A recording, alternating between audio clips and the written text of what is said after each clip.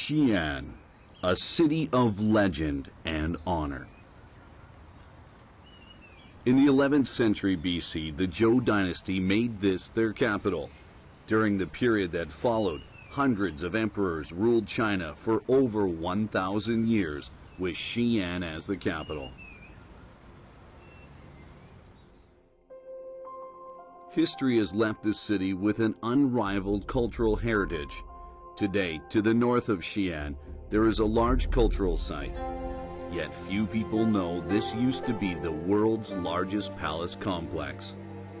Its size was equal to 3 Versailles, 4 Forbidden Cities, 12 Kremlins, 13 Louvres, or 15 Buckingham Palaces.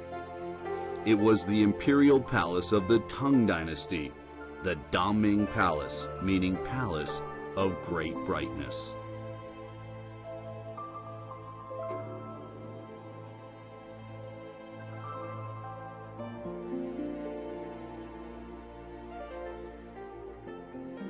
The Daming Palace has left behind memories of an era and a long-buried secret of an ancient kingdom.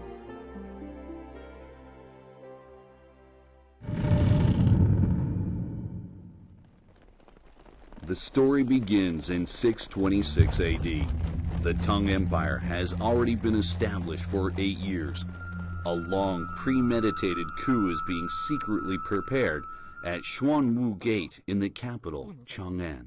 我想啊，秦王不会今天下手，等进宫见过父亲，再做决定。大哥，情绪不对。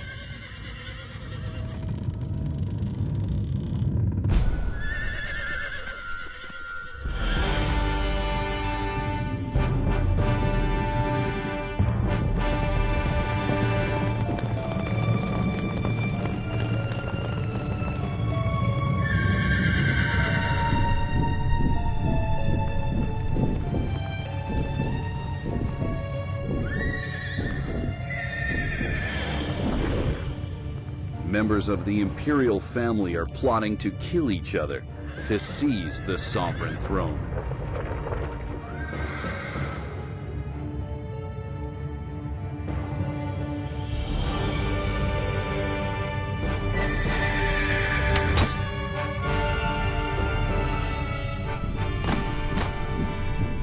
The coup, which shakes the Tang Empire to its core, lasts only a few hours. At dawn on June 4th, the second prince, Li Shimin, kills 2 of his brothers and seizes the supreme power of the empire.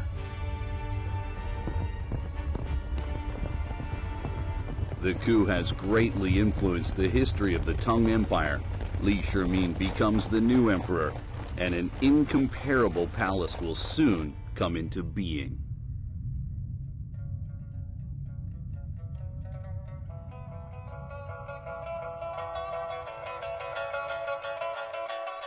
After the coup, known as the Xuanwu Gate incident, the founding emperor Li Yuan is forced to abdicate. The new emperor, Li Shimin, is known in Chinese history as the famous Emperor Taizong. The northern nomadic tribes all swear allegiance to him in 630 AD and address him as Heavenly Kagan. It's the first time in Chinese history that an emperor is held as such high esteem by neighboring nomadic tribes. Under Li Shimin's painstaking management, a period of strength and prosperity begins for the Tang Empire.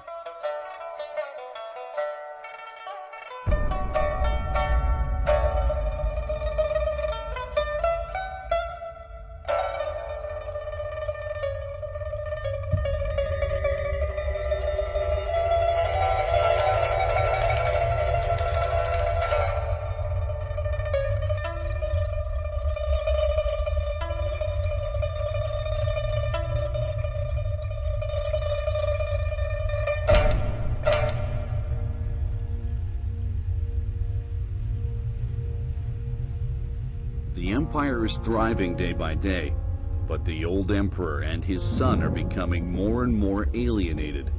Since his abdication, the old emperor, Li Yuan, has paid no attention to state affairs. According to historian record, he is always in low spirits and, in his twilight years, indulges himself in traditional Chinese music.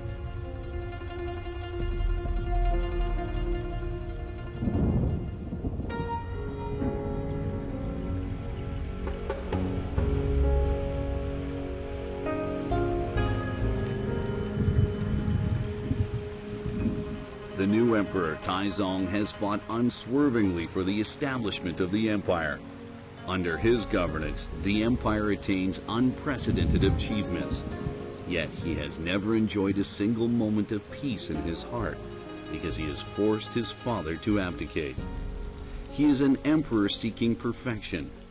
He not only hopes that the empire would continue to flourish, but also hopes that his father will be happy in his old age. In the summer of 632 AD, Emperor Taizong decides to take a summer break in the suburbs of Chang'an, but his father refuses to go with him. The Tang emperors lived in the imperial palace built during the previous dynasty called the Taiji Palace, yet it's quite an inhospitable place to live in. Chang'an City has been built according to the principles of one of China's most ancient classics, the Book of Changes. When observing celestial phenomena, ancient Chinese people noticed that the North Star is located at the center of the northern sky, surrounded by other stars. They believe that the God of heaven lives on that star. The emperors are considered sons of the God of heaven. Following theories connected to the North Star, the Taiji Palace, home to the emperors, has been built in the center of the northern district of Chang'an City.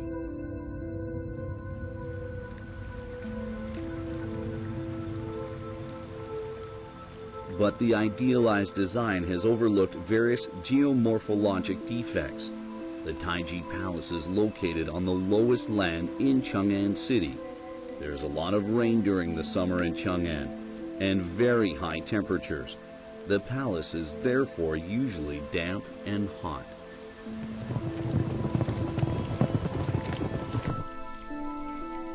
Emperor Taizong has many old war wounds from years of expeditions and conflicts. When summer comes, he will go to the capital suburbs to avoid the summer heat.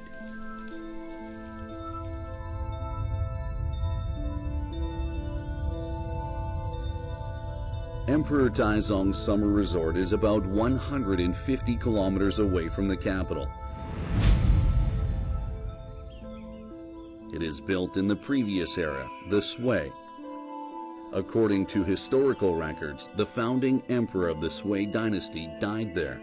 Rumor has it that he was murdered by his tyrannical son.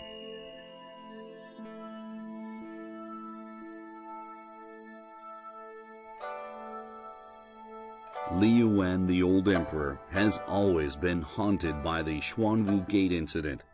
Through a desire for power, brothers have fought each other, and fathers and sons had become strangers. The father, who is now over 70 years old, does not want to go to another palace where he and his sons have turned on one another. So when his son invites him to the summer resort, he declines.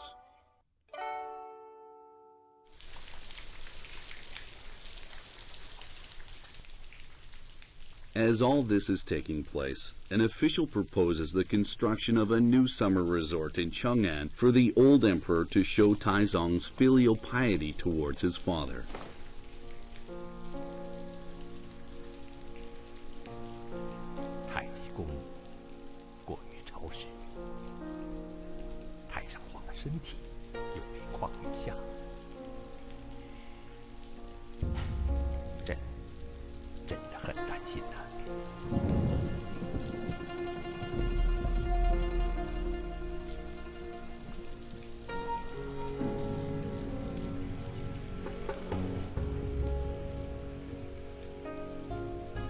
After years of rapid growth, the national treasury has accumulated a great deal of capital. Emperor Taizong accepts the proposal. he decides to build a summer resort for his father.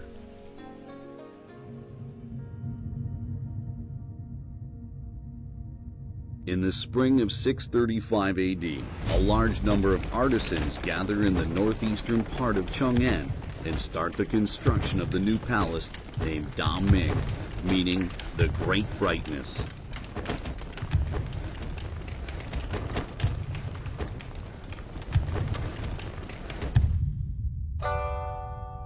Emperor Taizong hopes to show his filial piety through the construction of the palace. Yet shortly after the building work starts, his father passes away. The construction of the palace stops abruptly.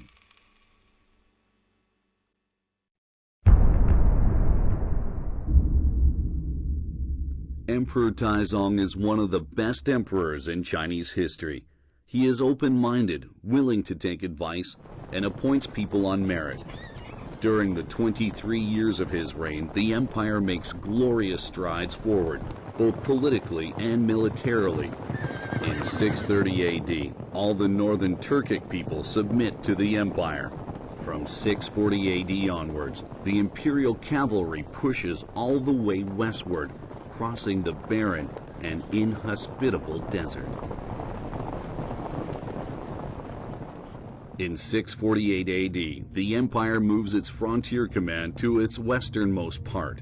Now the western regions are back on the map of the Tang Empire. The Silk Road reopens after being closed for more than 300 years. Once again, it becomes crowded with traveling merchants, envoys, monks, and priests. East and west are reconnected. The glory of Chang'an starts to shine in other parts of the world.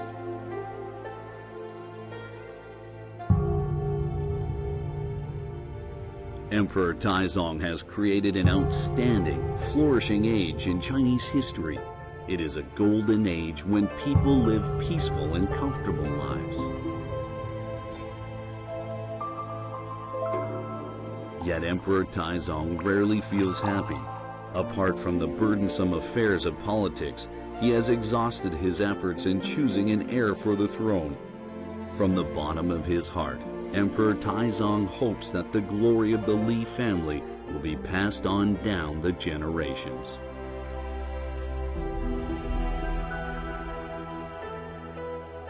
In 649 AD, the 53-year-old emperor becomes terminally ill.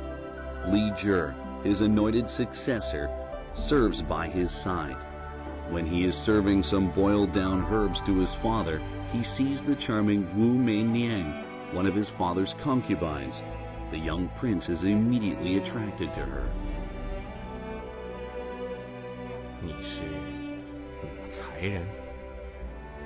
回禀太子殿下，我叫媚娘。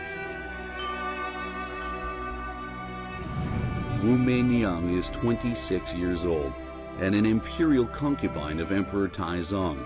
At the time, no one expects that she will become inextricably linked to the unfinished Daming Palace project and will control the Tang Empire's fate for half a century.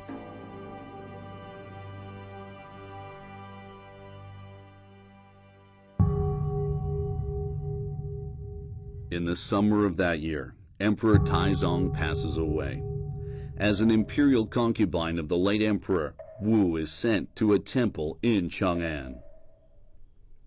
According to the laws of the Tang Dynasty, after an emperor dies, his concubines who have not borne any children will be sent to Taoist or Buddhist temples. After Emperor Taizong's death, Wu is compelled to become a nun. It seems that she is destined to spend the rest of her life at the temple.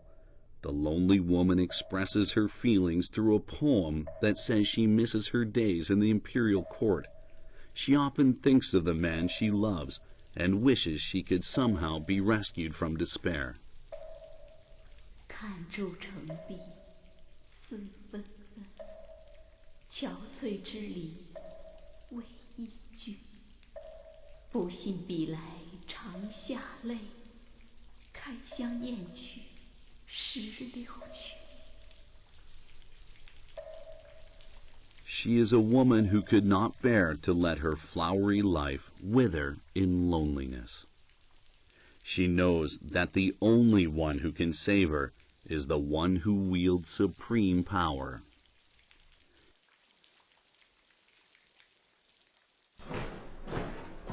Eventually, her poem is sent to the Taiji Palace.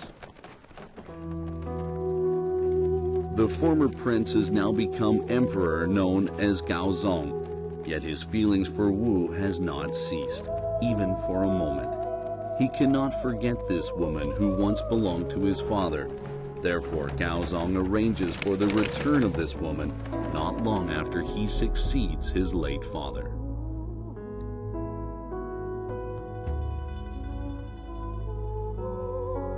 The imperial family's ancestors are northern nomads. For nomadic people, it is not unusual for a son to marry his father's widow. In 655 AD, the former imperial concubine becomes the new empress. This type of woman is previously unknown in Chinese history, a combination of beauty and wisdom. Yet what makes her unique is her boundless desire for power. As luck would have it, she is soon presented with a golden opportunity to achieve her goals and ambitions.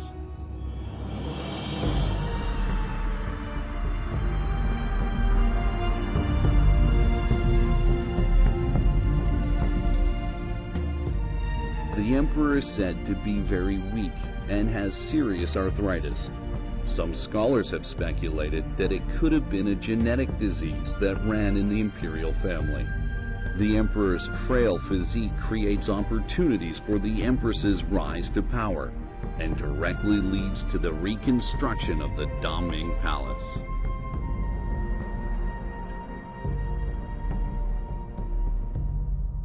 Tortured by his affliction, the emperor refuses to live in it any longer. The Taiji Palace is not only damp, but also extremely plain and dull. At the time of Emperor Gaozong's reign, the thriving empire is in urgent need of a palace that reflects how the empire is flourishing and can well afford it. After a break of several years, construction of the Daming Palace is restarted. In the spring of 662 AD, tens of thousands of artisans gather once again in the northeast of Chang'an City. At last, this large-scale imperial project is back on track.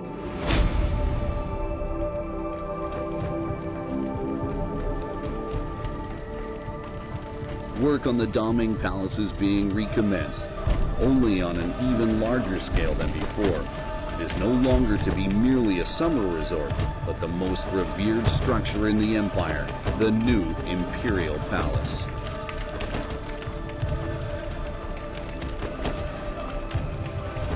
A famous poet describes the spectacular scenes of the construction.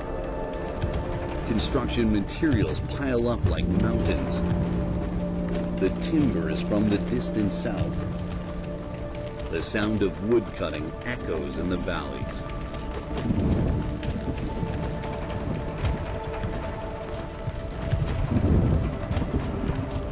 It takes up to 6 months to ship the giant trees to the construction site where the Daming Palace is taking shape. Empress Wu plays an important role in the construction of the Daming Palace. After she returns to the Taiji Palace, she has imprisoned the concubines favored by the emperor and tortured them to death as part of her meticulous plan. According to one historical account, the empress often dreams of female ghosts with disheveled hair covered with blood. Tortured by these nightmares, Empress Wu is looking forward to escaping from the Taiji Palace and moving to the Daming Palace as early as possible.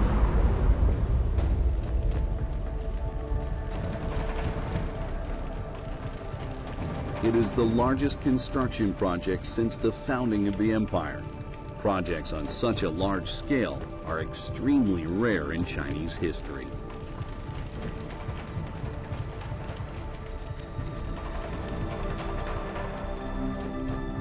In all likelihood, hundreds of thousands of artisans are involved in the construction. Carrying out such a large-scale project requires a large amount of human and financial resources. In order to finish the construction as quickly as possible, the National Treasury allocates the tax income of 15 states to it and suspends the salaries of the officials in the capital for a month. The empire's wealth, which has been accumulated for 45 years, guarantees the smooth and orderly progress of the grand project.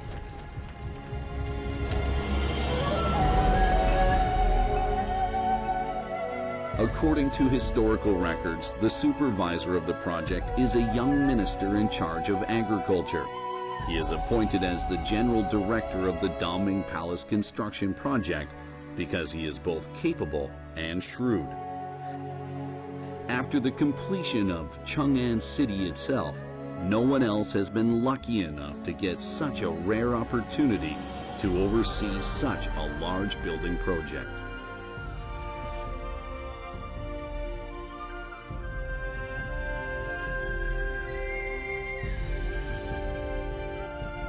This supreme imperial project requires not only a cautious and conscientious supervisor, but also a talented designer. So who is the palace's designer? Remarkably, no historical records revealing the designer's identity have been found.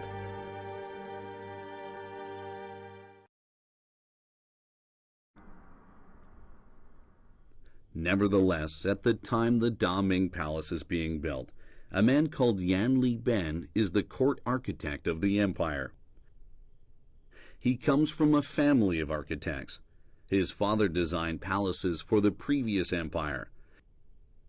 His late brother was a court architect and minister of public works. Now he is the court architect, who is responsible for the design and construction of imperial projects.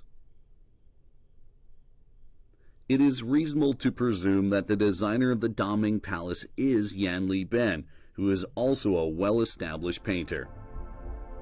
This important imperial palace must surely have been a project assigned to the most talented artist in the empire.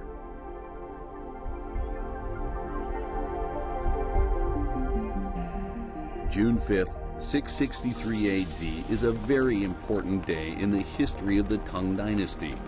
The imperial family can't wait any longer and starts to move into the not yet completed Daming Palace. The Taiji Palace is bustling with noise and excitement.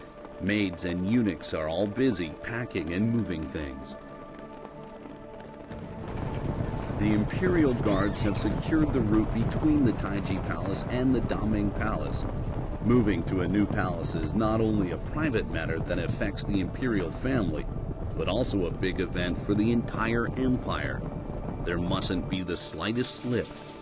The imperial family has finally left the palace they have lived in for 45 years. From now on, the empire's power center is relocated to the Daming Palace.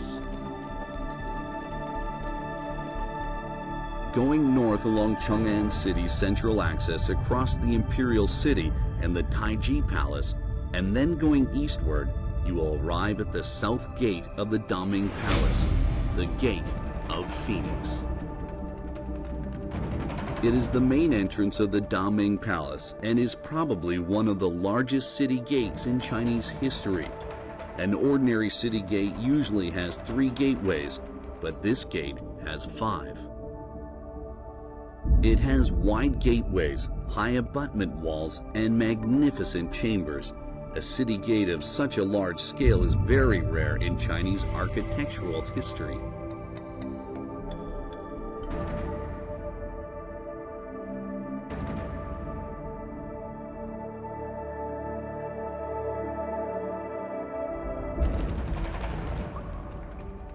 It's Chinese New Year in 664 AD. It's the first New Year's Day witnessed by the Daming Palace, the new imperial palace of the Tang Empire. The grand morning meeting is the most solemn ceremony of the empire. For officials, entering the palace through the gate of Phoenix on New Year's Day means supreme glory.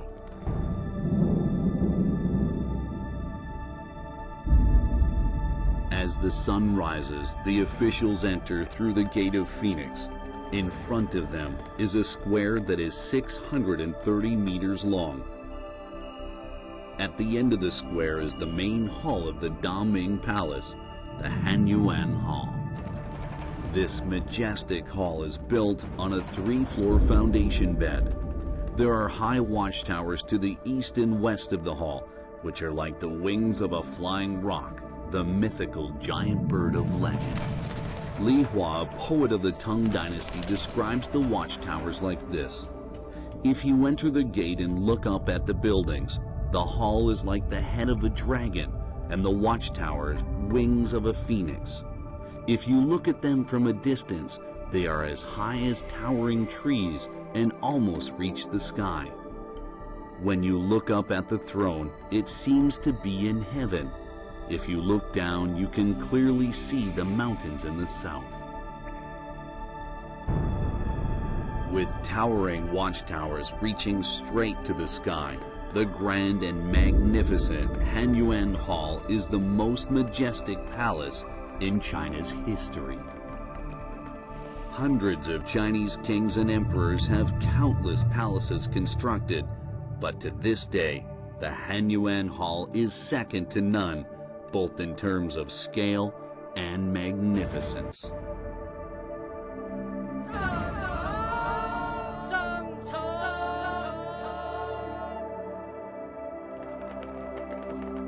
The foundation bed of the Hanyuan Hall stands 15 meters above the ground.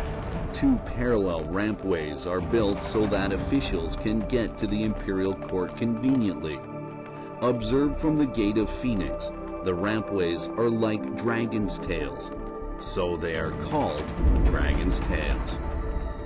Bai Jui, another poet of the Tang Dynasty, writes, "The 2 watchtowers are opposite each other, and the hundreds of officials look like rows of geese. The buildings are magnificent, and the officials look so small. The Hanyuan Hall shows the supremacy of imperial power and the dignity of the empire."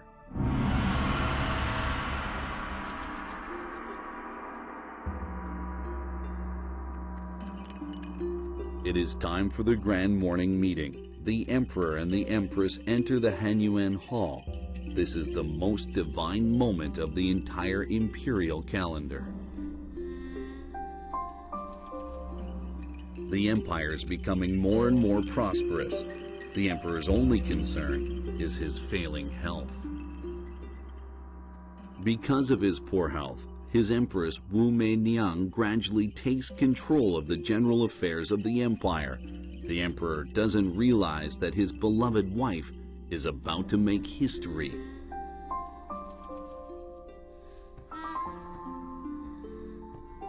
The grand morning meeting is the empire's most solemn annual ceremony. 恭祝陛下万寿无疆. Within the divine confines of the Hanyuan Hall, officials of all ministries report political achievements to the emperor and outline the accomplishments of the empire. At the same time, envoys present treasures from around the world to show their respect for the Tang Empire. Wang Wei, another poet of the Tang Dynasty, writes, "As the palace gates are opened, officials and foreign envoys file past to pay respects to the emperor."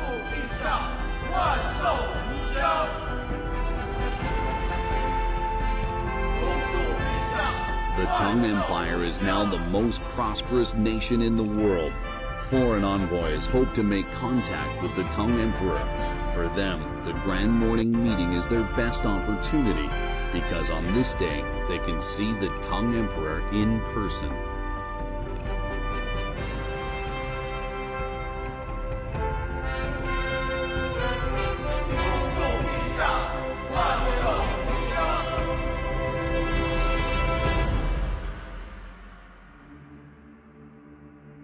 poet Li Hua describes the Daming Palace like this.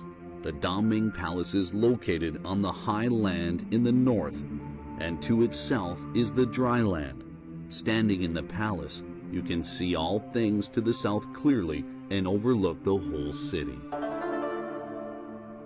The Hanyuan Hall is located on highland with an open view.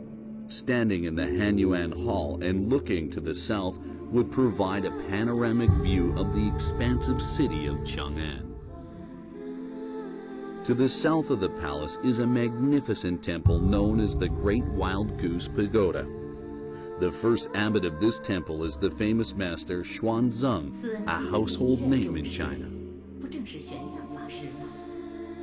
Poet Li Hua explains the meaning of the Daming Palace like this. It's like the rising sun, so it signifies great brightness. This is a progressive period. It's all-embracing and not ostentatious. It's vigorous and not artificial. The Hanyuan Hall is the best architectural reflection of that period. It's like the brilliant sun and shines in the sky of the Tang Empire.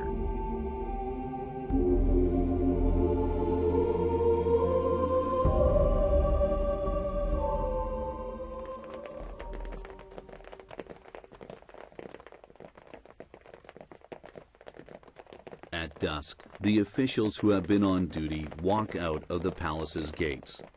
The bustling palace gradually becomes peaceful and quiet. The imperial guards begin their patrols. A guard on duty beats a drum. It's time to close the palace gates.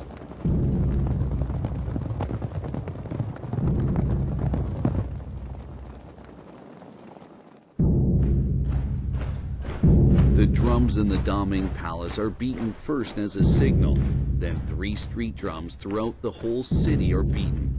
A curfew system is enforced in Chang'an City, and to the sound of the beating drums, the city gates are closed. Night falls on the city, and the largest metropolis in the world begins to fall asleep.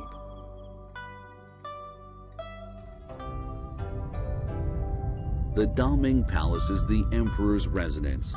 It's also the seat of power of the whole empire. This great empire is well maintained through a strict management system.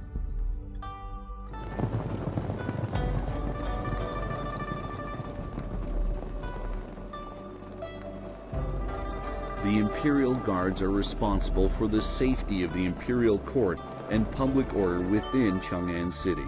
They keep all the keys to all the palace gates.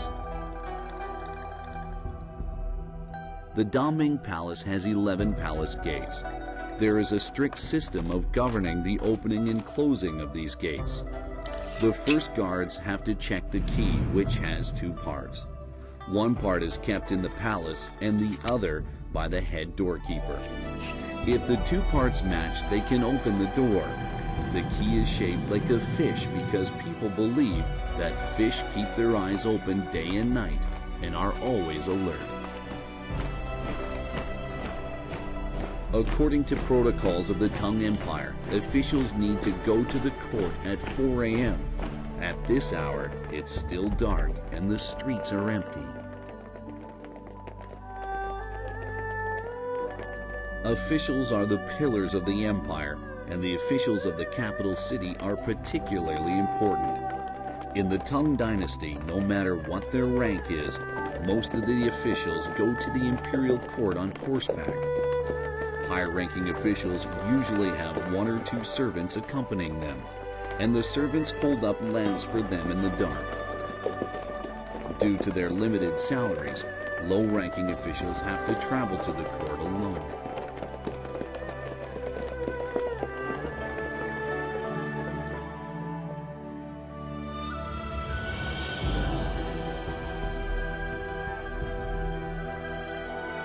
The Daming Palace is located to the northeast of Chang'an City, quite a long way from where the officials live, so it's not easy for them to get to the court.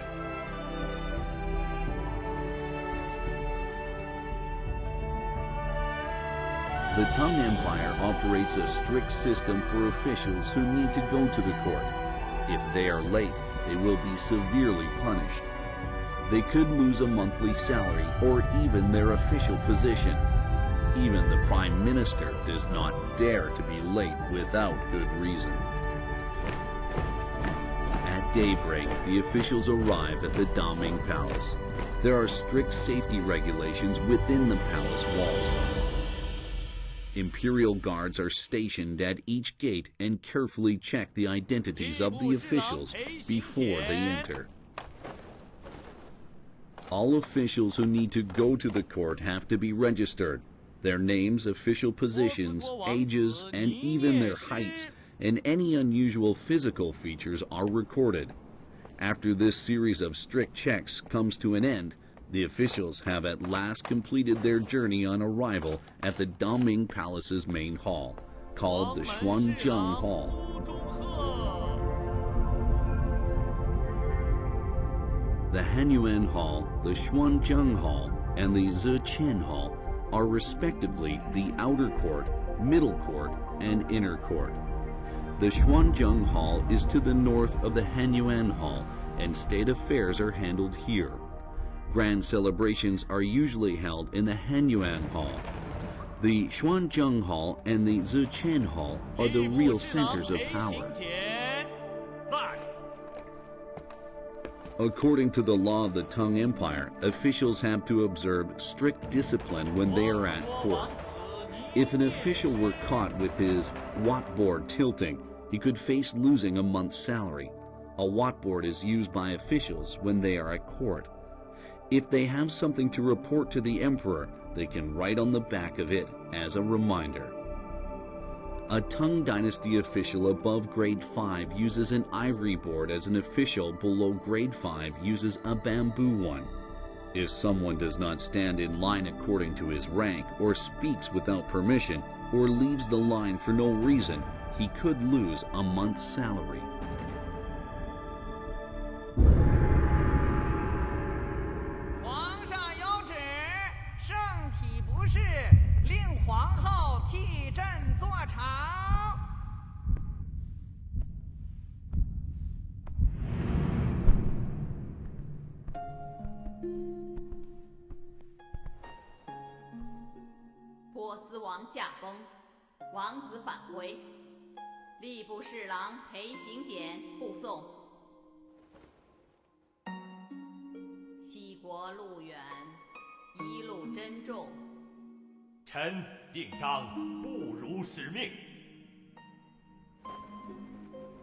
After the morning meeting, officials go to their offices.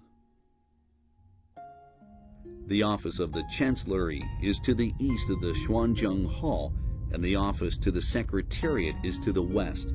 The Chancellery, the Secretariat, and the Department of State Affairs handle matters according to the imperial decrees, and they are organs of state power. The Tang Empire has created its effective central management system based on the system of the previous dynasty.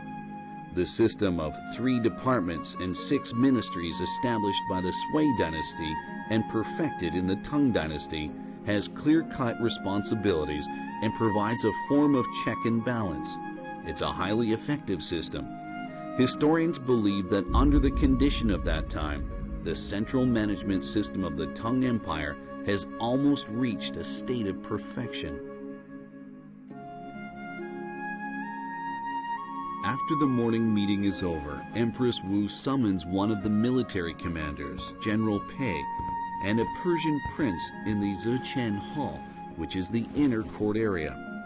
For officials, it's a great honor to be summoned to the Ziqian Hall by Empress Wu.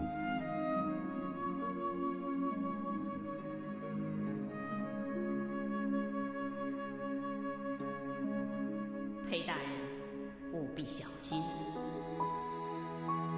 皇后放心，臣将尽全力保护王子的安全。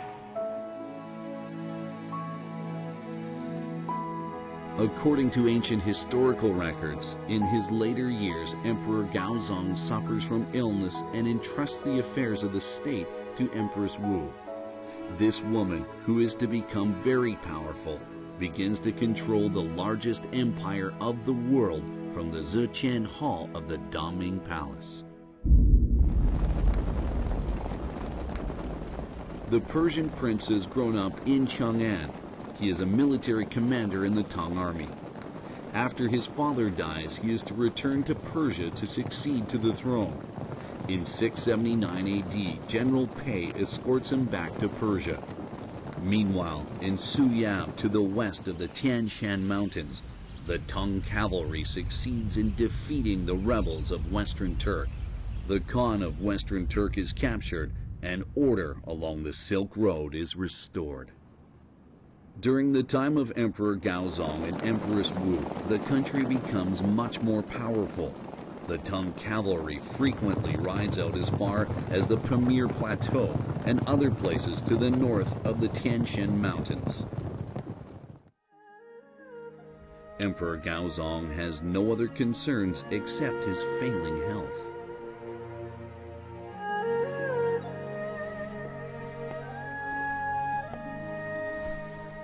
陛下，裴大人传书兵部，碎叶城的叛乱已经平定，西突厥的首领被我大唐俘虏。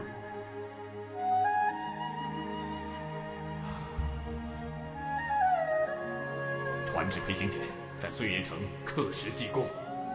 皇上英明，大唐的圣明才可以远播聪明。 In 680 AD, on his way back to Chang'an, General Pei engages and easily conquers the rebellious Turkic noblemen of the northern border area. The Turkic leaders are sent to Chang'an, and a large number of Turkic people submit to the will of the Tang Empire. Emperor Gaozong wins unprecedented respect and honor.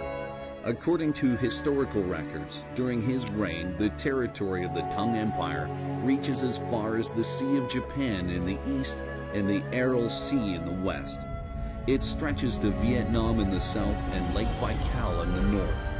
It extends around over 4,000 kilometers from east to west and 8,000 kilometers from north to south. Scholars believe that the vast territory that is under the control of the Tang Empire during Gaozong's reign makes the Tang the biggest empire that has ever existed in China. The city of Chang'an has indeed become the center of the world. It means that a splendid period of great prosperity is about to begin. During the reign of Emperor Taizong, the Tang cavalry arrives at the foot of the Tian Shan Mountains. The Silk Road, which has been impassable for over 300 years, is reopened. In the 34 years of Emperor Gaozong's reign, the Tang cavalry crosses the deserts many times in constant battles to guarantee the safety of the Silk Road. Neither the fierce Turkic people nor ferocious robbers dare to destroy the new order along the Silk Road.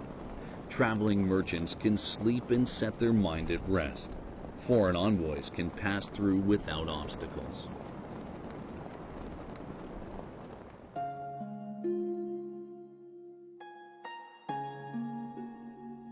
Silk and tea from the east are exported from Chang'an to Rome. Western gold, silver, and jewels are brought from the Arab Empire to Chang'an. Cultural communication between the east and the west has also flourished.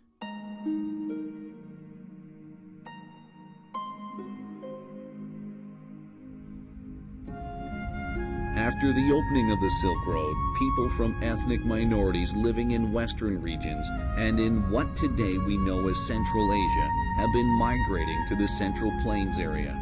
These people are generally known as foreigners. In Chang'an, the capital city of the Tang Dynasty, such foreigners can be found everywhere. According to historical records, the foreigners often wear hats of the Han style, while the Han people sometimes wear clothes of foreign styles. Some scholars speculate that there are as many as 100,000 foreigners in Chang'an. Among the foreigners, the Sogdian people, who are excellent merchants, control the trade in the western market. dancing girls from the Kucha are popular in local taverns. The people from Kotana are famous for their painting skills, and musicians from Gaocheng are often selected by the imperial family to perform at the imperial court. That's not all. Many foreigners serve the imperial family directly. Many are employed as imperial guards. Even the captain of the imperial guards is a foreigner. The Tang Empire is all-embracing in politics. In economic matters, people of all ethnic backgrounds compete with each other. Both the foreigners and the Han people are imperial subjects. The foreigners are more or less integrated into all walks of life in the city.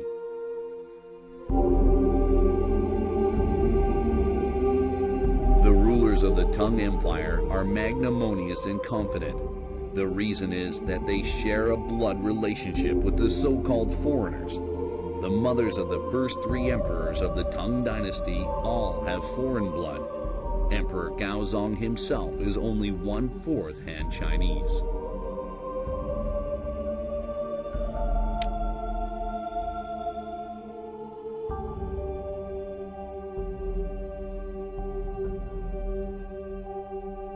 The Han people have become as strong as the Hu people and the foreigners, who in turn have learned much from Han culture.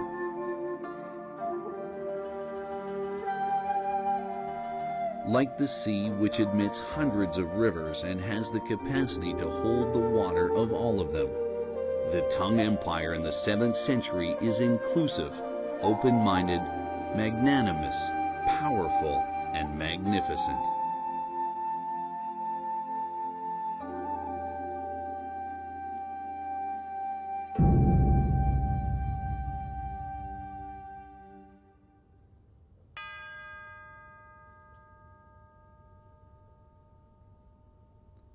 Chinese history has not seen Emperor Gaozong in a very favorable light. He isn't really an incompetent emperor with few achievements. In fact, he has integrated the Confucian classics, improved the imperial examination system, and perfected the laws that govern society. In a word, he has made the empire stronger. At the end of his life, the 56-year-old emperor expresses his wish like this: "If the gods give me another month and I can return to Chang'an, then I will have no regrets."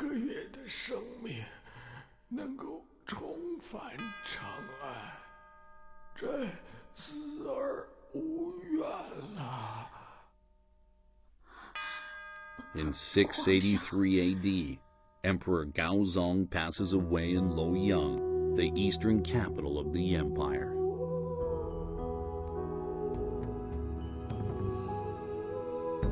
After that, Empress Wu assimilates all power to herself, either to avoid the shadow of the Tang Empire or to escape from her nightmares. Wu Zetian leaves Chang'an and chooses Luoyang as her eastern capital.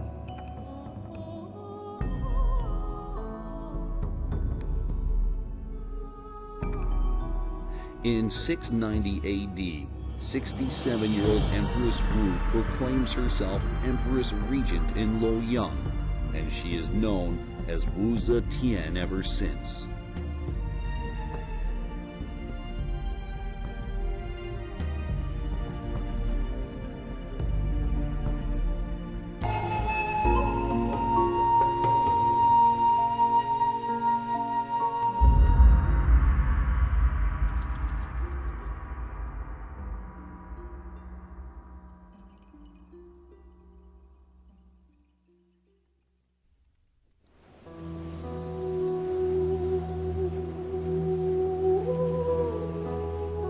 In 690 AD, in Luoyang, the eastern capital of the Tang Dynasty, a woman finally took the throne. She struggled for her entire life to secure supreme power for herself, something which had previously seemed to be a privilege only for men. Wu Zetian's achievements were unparalleled in the history of China. Wu was the only female emperor of over 200 who had ruled China for a period of 2,000 years.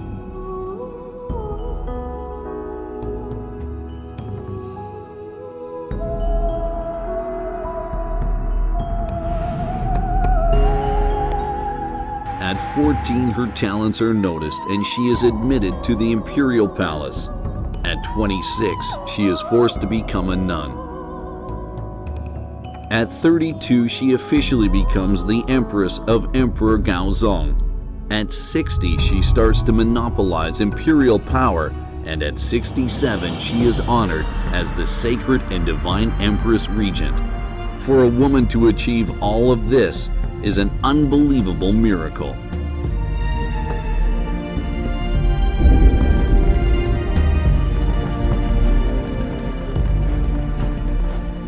Wu spends most of her time in Luoyang during the period she rules the Tang Dynasty. In 701 AD, she finally returns to Chang'an. She is 78 years old.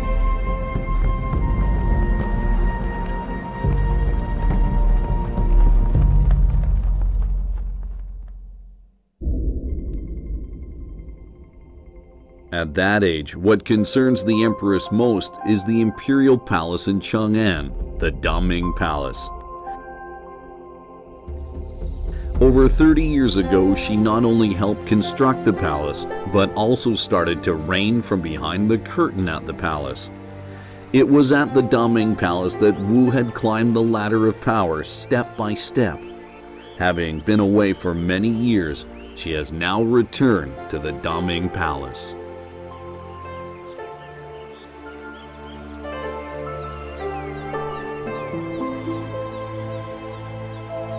38年了。 The Daming Palace is the largest palace complex in the history of China. It is the size of 500 football fields. The main halls stand along the central axis symmetrically and in an orderly and strictly hierarchical configuration. The three grand halls, the Hanyuan, the Xuanzheng, and the Ziqian, lie along the axis. The three grand halls in the south are places for emperors to hold court and deal with state affairs. Those in the north are places for the imperial family to live, which are the most luxurious and magnificent places of their kind in the Tang Dynasty.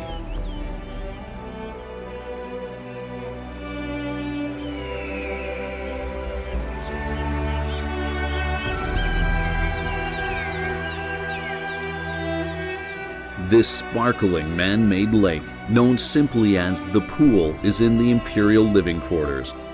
There are three islands in the center of the huge pool, symbolizing three immortal mountains near the eastern sea. On the largest island, the Penglai Island, there is a beautiful pavilion with a golden dome and red eaves. From time to time, swans and ducks would waddle through the green grass and luxuriant trees, playing and fooling around.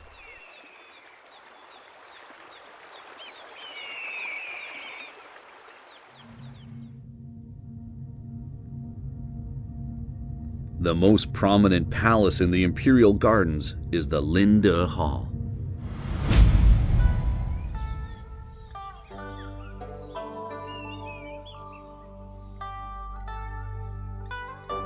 The terrain of the Daming Palace is full of ups and downs, and the Linde Hall is constructed on the higher land west of the pool. The hall has a unique shape. In fact, it's three huge halls nestled together, combined with pillars in the middle. The front hall, the middle hall, and the rear hall, together with the towers on the second floor, make it the most complicated structure built in the Tang Dynasty.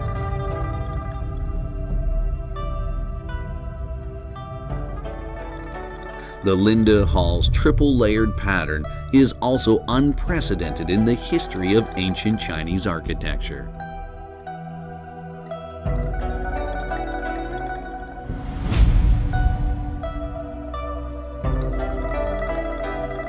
The Linde Hall is built on a large platform of over 10,000 square meters, with a total construction area over 5,000 square meters. It's the largest single wooden structure in its day. Huge corbel brackets are piled up layer on layer between the beams and the eaves. With the support of these corbel brackets, huge eaves extend outwards and turn upwards like the wings of gigantic birds. Huge but light, dignified but vivid. Such huge halls are unprecedented, and so are their styles and designs.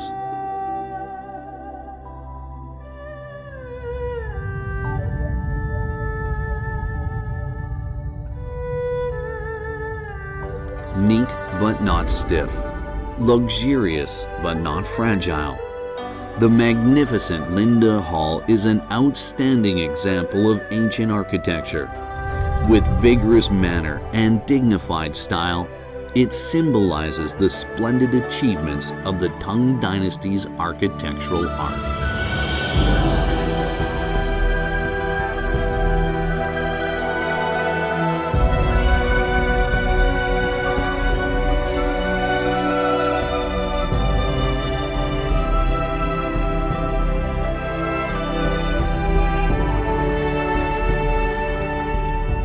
In contrast to the three grand halls of the previous dynasty, the Linda Hall is designed as a place for emperors to hold imperial banquets. This is the highest level banquet hall of the Tang Dynasty. Only those people of very high social status are entitled to enter the hall. In 702 AD, Wu Zetian receives a Tubo kingdom ambassador in the Linda Hall.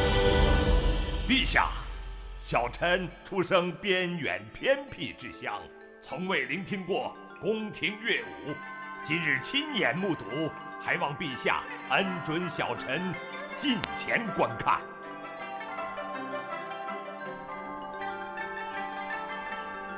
The Tubo people who live on the frontier have never seen such huge palaces, beautiful dances, colorful costumes, and a powerful female emperor.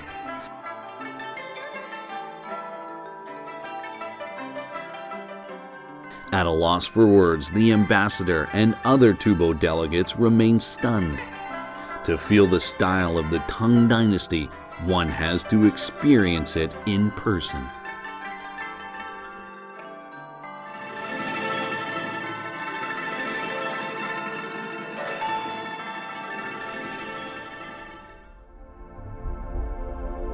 Wu's life symbolizes an era. At that time, Chinese women have unprecedented living space and freedom, and their social status is raised considerably. In the Daming Palace, the highest ruler is a woman. Female officials always participate in political events and give orders, playing a role that has only previously belonged to men. Women's lives are almost the same as men's, especially those of imperial beauties and noble women.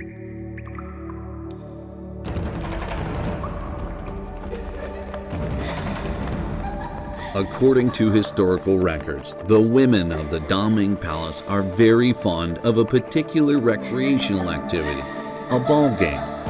Having originated from military training, the game becomes a popular sport in ancient China. It is similar to the modern sport of soccer. Before the Tang Dynasty, this game has not been thought suitable for women. But in the Daming Palace in Chang'an and throughout the Tang Empire,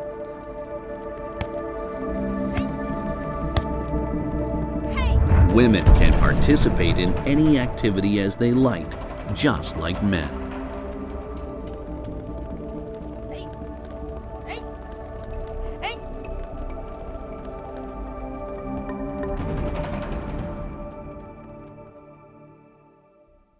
According to historical records, the women even have a big say in marriage. Divorces and second marriages are said to be quite popular.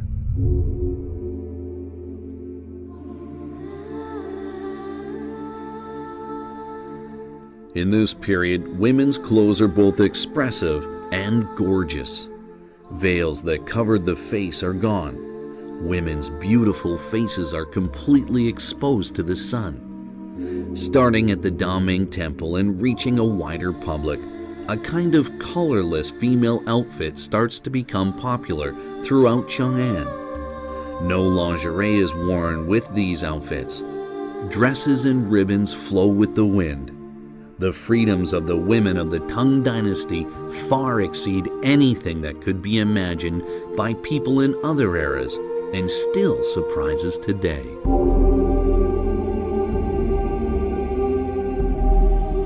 The imperial family leads the fashion trends of Chang'an, and their chosen styles gradually spread to the entire city. Every spring, beautiful girls wearing gorgeous clothes are seen everywhere in Chang'an. During festivals or on nice sunny days, women would wear heavy makeup and travel around enjoying the beautiful scenery.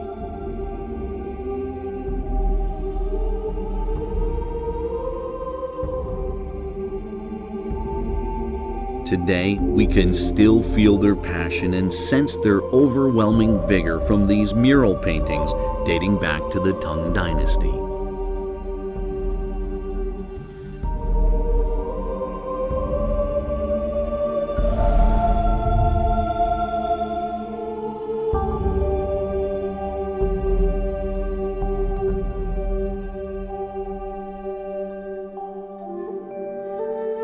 In the entire history of human civilization, it's extremely rare to discover a woman like Wu Zetian who influences an era. After Emperor Gaozong dies, Wu carries on with the run of success. Under her administration, the Tang Empire shines like the sun in broad daylight.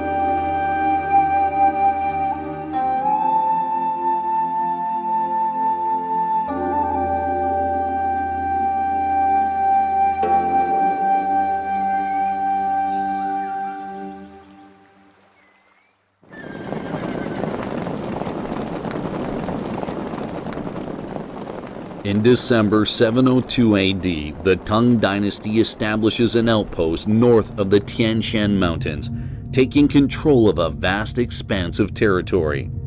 Areas south of the Tian Shan Mountains are also under Tang's control.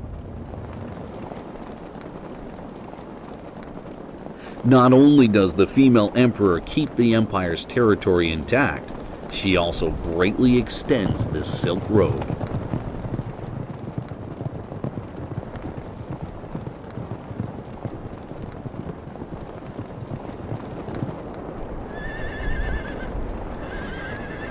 Wu Zetian has left us with many legacies.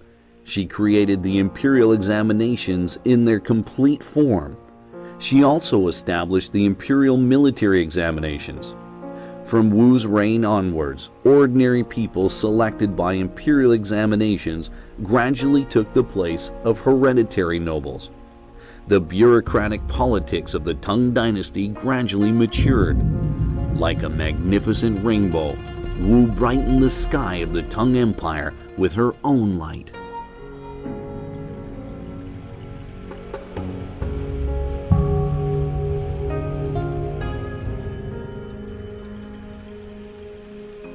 In 705 AD, 82-year-old Wu Zetian passes away, leaving behind her the Daming Palace, her brilliant and beautiful dream.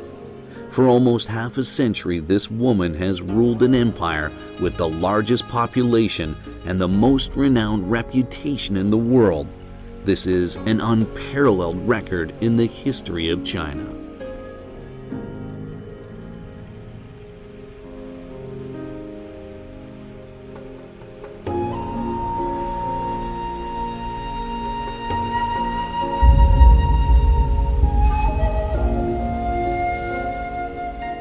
She tells her children after she dies, her title of emperor should be removed, as she wants to be buried with the title of empress. Wu Zetian is buried with Emperor Gaozong, formerly known as Li Zhi, here in Shanxi province.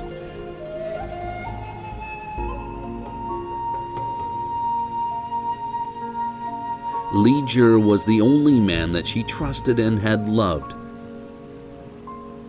Without him, there would never have been Emperor Wu Zetian.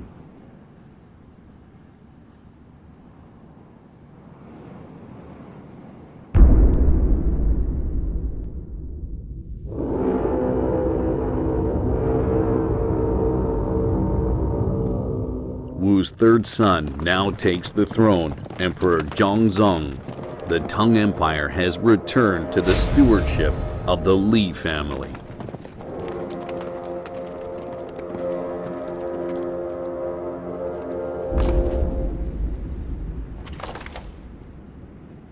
In 709 AD, the Tubo ambassador visits the Daming Palace for the third time.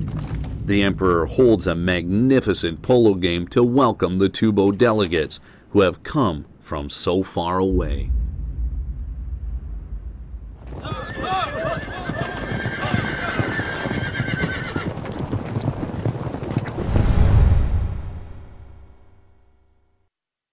According to ancient Chinese records, polo is also called striking a ball. It is said that this most opulent sport originated in Persia. Other records say it originated on the northwestern plateau of ancient Tibet. Ancient Tibetans are said to be good at riding and especially good at playing polo.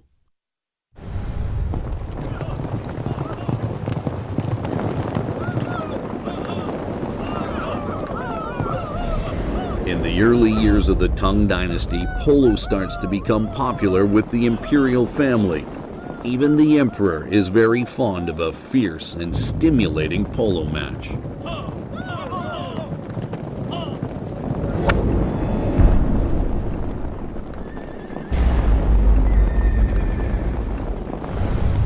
Several polo fields are built in the grounds of the Daming Palace to meet the imperial family's requirements. Imperial guards, nobles, and officials are all very keen on playing polo. This match is between the Imperial Polo Team and the Tubo Polo Team. The Imperial Polo Team is comprised of guards from the Daming Palace, while the Tubo Team is made up of Tubo nobles who love riding.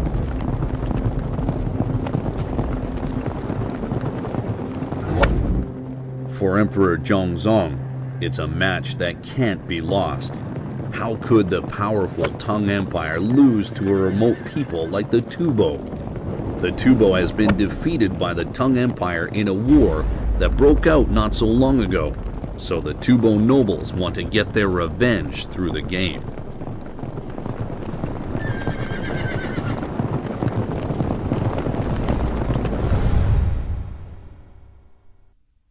Polo is a typical man sport. It's highly demanding on both the riders and the horses. Polo horses have to go through strict training, and their training is even tougher than war horses.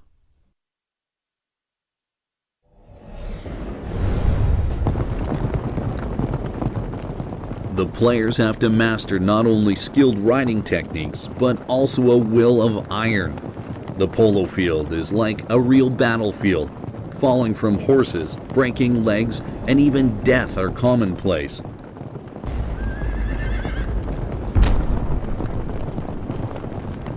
This is an extremely dangerous recreational activity. Not long after the match starts, the Imperial team becomes very passive. It's obvious that the Imperial guards are no match for the Tubo players. The Tubo players have a good reputation and are really good at hitting the ball.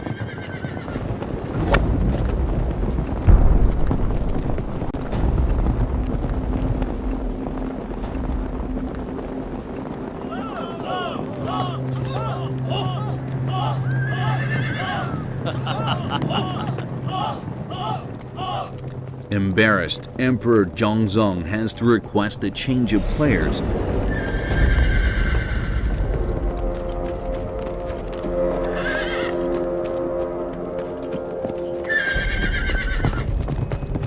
The game restarts.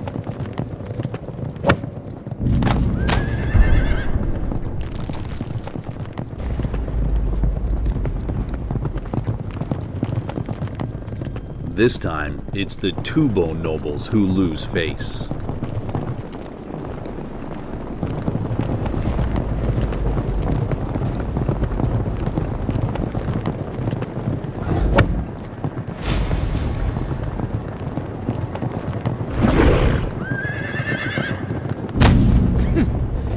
The game ends with victory for the Imperial team, and the reputation of the Tang Empire is intact. The Imperial player who saves the day is Prince Li Longji, one of Wu Zetian's grandsons.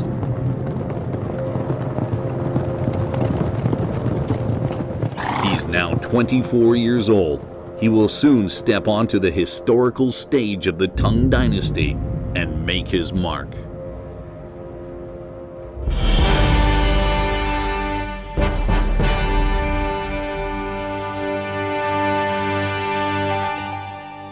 In 710 AD, not long after the Tubo delegation departs, through the Daming Palace's Xuanwu Gate, another palace coup is about to take place. In Chinese traditional culture, Xuanwu is the god who guards the north, but it seems that the Tang Dynasty Xuanwu Gate always has something to do with palace coups. This time around, it is Li Longji who leads the coup.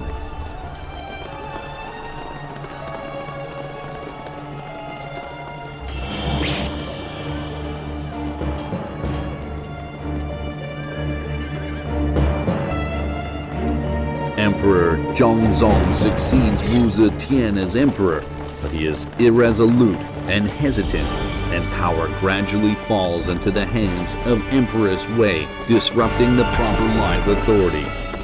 Li Longji has stood up for himself when the empire needs him most. Empress Wei, who intends to seize power, is killed, and lawful order restored to the empire.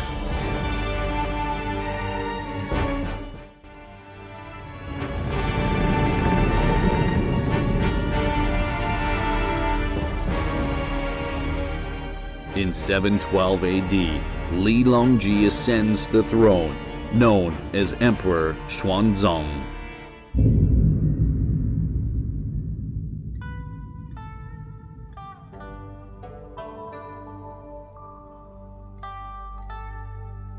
He holds a special imperial examination in the Xunjiang Hall of the Daming Palace soon afterwards.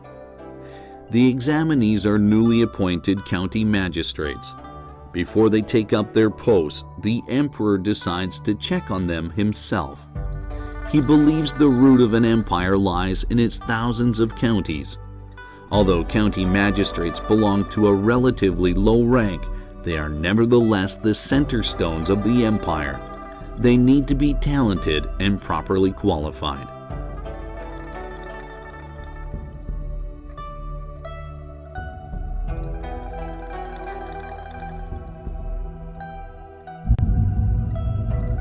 The imperial examination system is first established in the Sui dynasty. Since that time, scholars have been able to enter the imperial court based on their talent and work for the empire. After the Tang dynasty is established, the imperial examination system gradually matures, and more scholars become useful talents of the empire. As an emperor, Li Longji has improved the imperial examination system. He sets restrictions on the quantity while raising the quality of officials. At the same time, he introduces a rotation system between central and regional officials. This not only improves communication between central and regional governments, but also raises the officials' managerial abilities. In order to keep tabs on what is going on in regional administrations, the emperor appoints inspectors to effectively supervise and examine officials of various levels and regions. The examination lasts a whole day. With great vigor, the emperor announces the results on the spot. Of the more than 100 examinees, only one man is found to have potential. He is ordered to take up his post immediately near the capital, Chang'an. Over 20 people are basically qualified, and they will be sent to various places around the empire in the near future. almost half the examinees are found to be unqualified and are sent home with the instruction to continue their studies.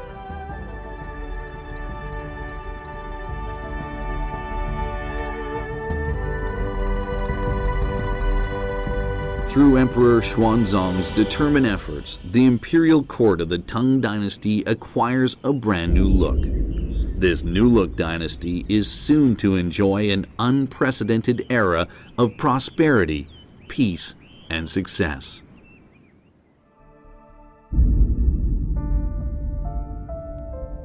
It's an era that's hard to put into words. It's in this area that a master of the Chinese language is born. His name is Li Bai, and he is regarded by the Chinese as the transcendent poet. Li is a bright star in the sky of the Tang Empire.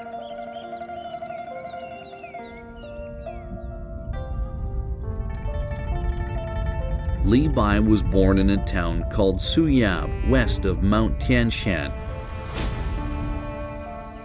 The town had already become a place of strategic military importance on the Tang Dynasty's western frontier.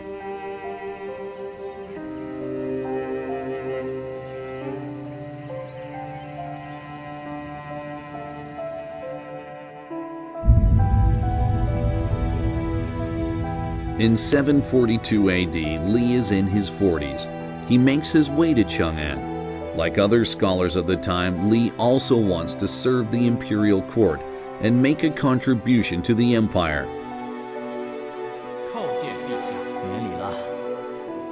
He Zhijiang is another famous poet and holds an important position. Emperor Xuanzang has a lot of trust in him. He is greatly impressed by Li's peerless talent and recommends him highly to the emperor.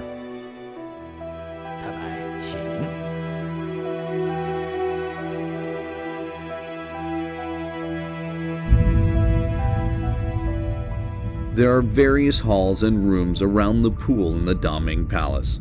The quiet and elegant throne room is on its southern bank.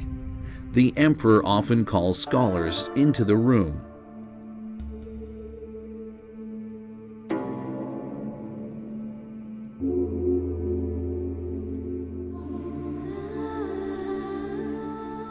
The emperor is an art lover. In his spare time, he likes to take part in creative artistic pastimes in the palace. Poems and songs are very popular at the time, so poets and singers are well acquainted with one another. Singers need poets to write lyrics for them, and the poets will become famous if their songs are sung by a good singer.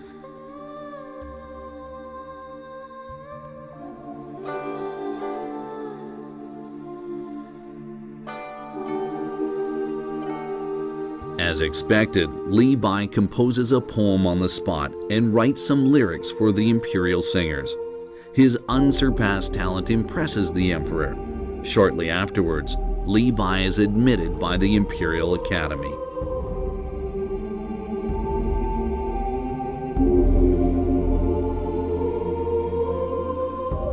The Imperial Academy is located in the western part of the Daming Palace. It was initially established during the Tang Dynasty. Li is a secretary when he first enters the academy. The emperor loves art. He gathers the most outstanding scholars of the empire in his palace so he can call upon them anytime he wants. The scholars at the academy do not participate in politics and tend to live lives of idleness. The academy functions as an imperial art committee.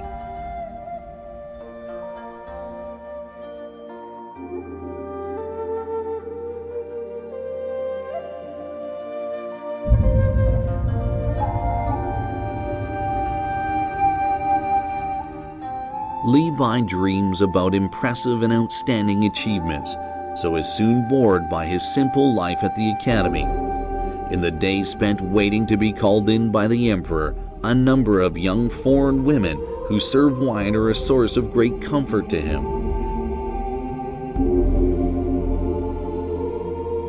They are depicted in many of his poems.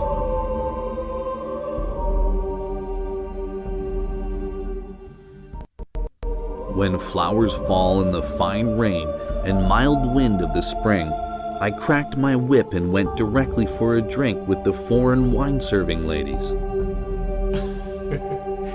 Where should I go after having appreciated all the places of beauty? I smiled and went to the wine houses with the foreign wine-serving ladies. In Chang'an City, there are many bars and taverns. In the taverns of the Western market are women from the western regions of China or from Persia. These women, who are far away from home, bring an air of foreign charm to Chang'an City.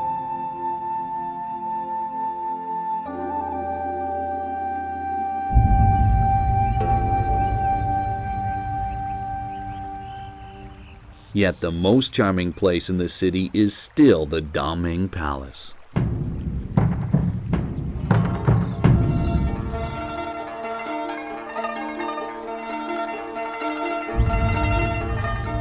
There are more than 10 gardens full of various kinds of flowers around the pool in the grounds of the Daming Palace. When Emperor Xuanzang ascends the throne, one of these gardens, the Pear Garden, becomes a place for the emperor's music and dance creations to be performed. The Pear Garden is, in effect, the first imperial academy of arts. The most talented artists of the Tang Empire gather here. The imperial band is composed of 10 divisions. Each is further divided in those who stand and those who sit. Each of the 1,000 or more court musicians has unique skills. The imperial band of the Tang Empire is probably the largest of its kind in world music history. The emperor is the founder and also the most important artist of the Pear Garden. Of all the musical instruments, Emperor Xuanzang favors the drums. It is said that the emperor has lots of broken drumsticks to prove it.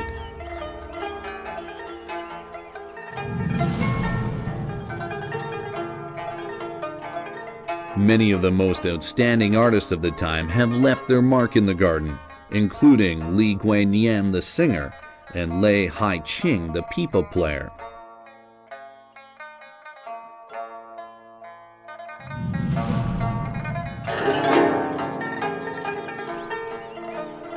The most famous Tang poets, such as Li Bai, He Zhicheng, and Wang Wei, also pay frequent visits to the garden to compose poems. In this era, many art forms blossom in ways never before imagined possible.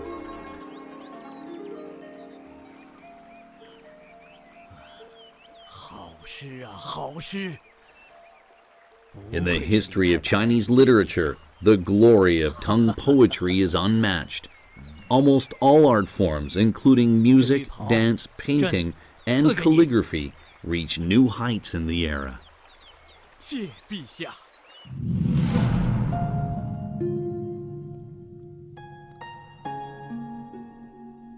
Many great poets, singers, musicians, and painters appear in this period of history.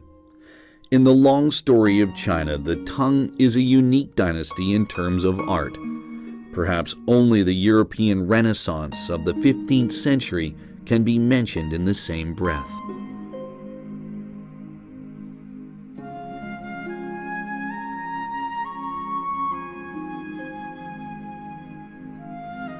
We are still not quite clear why so many artistic masterpieces appear only in the Tang Dynasty. The Tang Empire has given us not only great cultural wealth, but also many unsolved mysteries.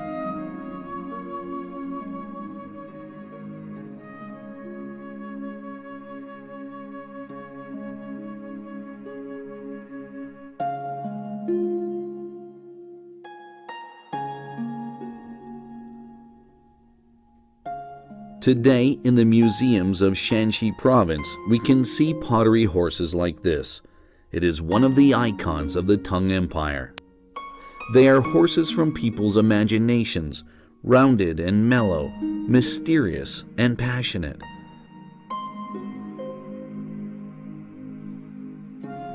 perhaps through these horses we can get a feeling for the hue of the old empire.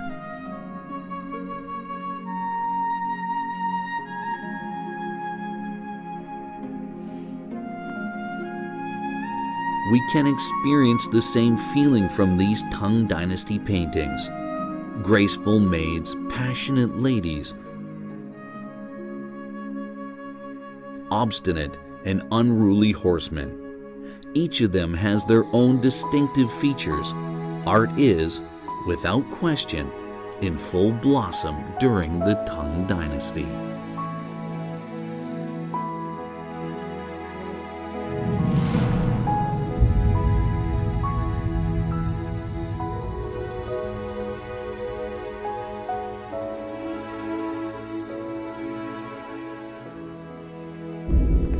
Tang 5 years into Emperor Xuanzong's reign, Japanese envoys arrive in Chang'an for the 9th time.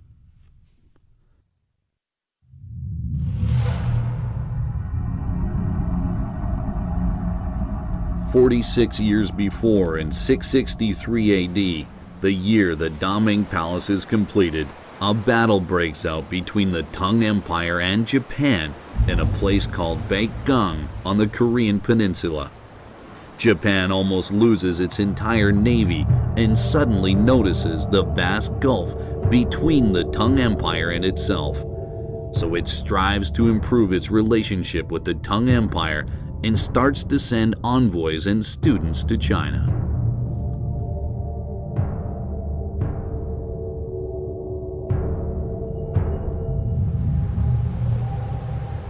At that time, the sea route between China and Japan is extremely dangerous.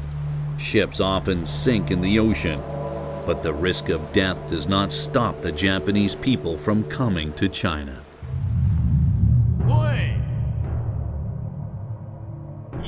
According to historical records, the 9th batch of Japanese envoys to Chang'an consists of 557 people. In addition to an ambassador, deputy ambassadors, and other staff, there are many students aged between 18 and 19. 19-year-old Abe no Nakamura is one of them. He has probably never expected that he will spend the rest of his life in China.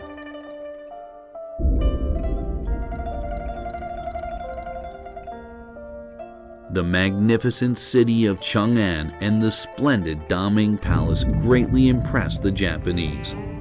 Many Japanese scholars today believe that Japan had learned a lesson from the Tang Empire when it lost the Battle of Beigang, similar to the lessons it learned from the West during the Meiji Restoration and at the end of the 19th century. When the Japanese envoys return to Japan, they not only take a large number of books, but also many art treasures. A number of Chinese artisans commissioned by the court travel with the Japanese to help them build palaces and temples.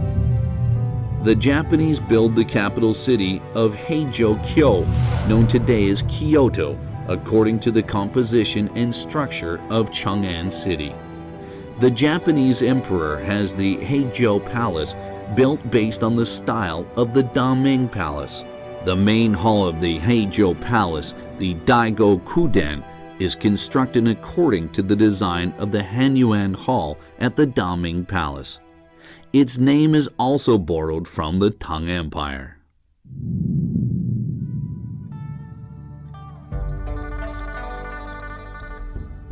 The board game Go has already spread to Japan by now, yet Japan still lags behind when it comes to serious competition. In Emperor Xuanzong's time, the game is very popular in the Daming Palace. The emperor has organized several matches between the Tang Empire, Japan, and Silla, one of the 3 kingdoms of Korea. Japanese envoys have not only learned the advanced skills of the game, but also take many books with them about the game when they return to Japan.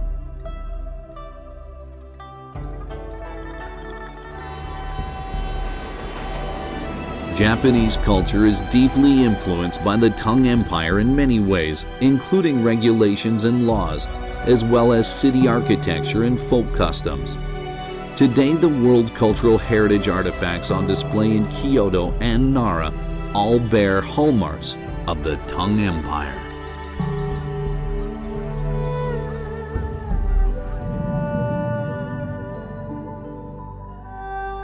The Tang Empire provides the Japanese students with accommodation and a large number of scholarships. Shortly after Abe no Nakamura's arrival in China, the young man enters the Imperial College in Chang'an.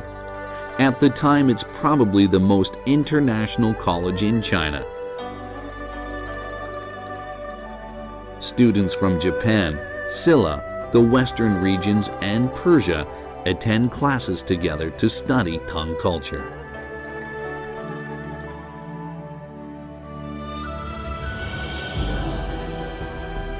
Several years later, Abe no Nakamura takes the imperial examination of China and passes with flying colors. Emperor Xuanzang is said to be very fond of him and gives him a Chinese name, calling him Chao Heng. It's an unknown miracle for a foreign scholar to achieve so much in the imperial Tang court, which is filled with talent.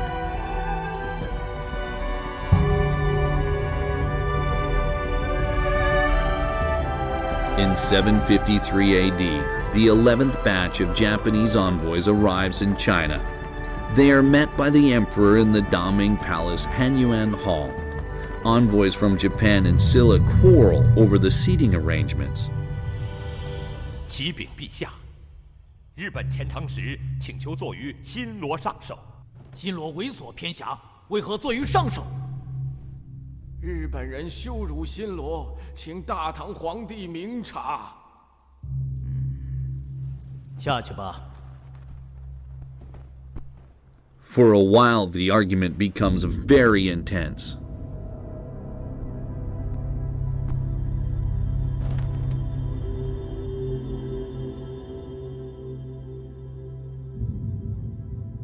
陛下，我等不远万里来到大唐，承蒙陛下天恩，感激不尽。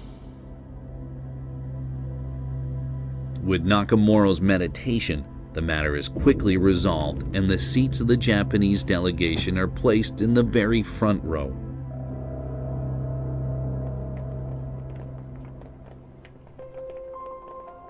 After dozens of years of effort, the former Japanese student Nakamura is promoted to head the archival bureau, in charge of the management of books and records, similar to today's curator of a national library. It is a high-level official post. Nakamura is to work for the Tang Empire and stay in China all his life.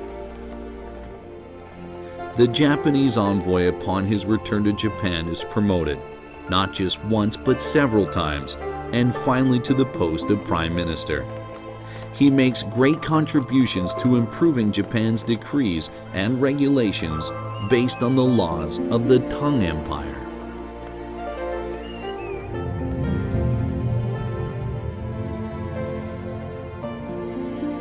Historical records show that more than 200 countries and regions have contact with the Tang Empire.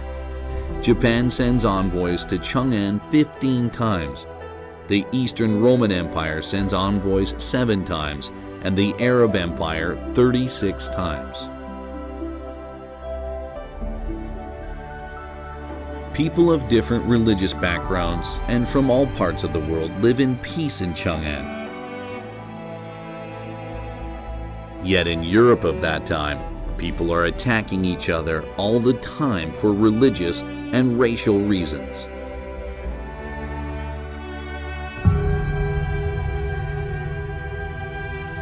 While pagans shed blood on the European continent, the Tang Empire enjoys a harmonious mixture of different races and people of different social classes. It's possible that the Tang Empire is the only nation in the ancient world to achieve such a high spiritual level.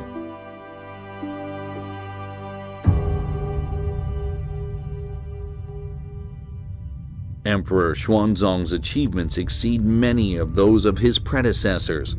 Few of the emperors who come after him can surpass him. The Tang Empire is now experiencing a second heyday with a continuous success that has since become a legend in history.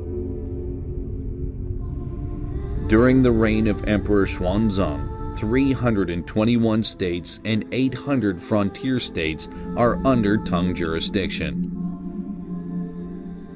The population exceeds 70 million. The largest country in Europe at the time has only 3 million people.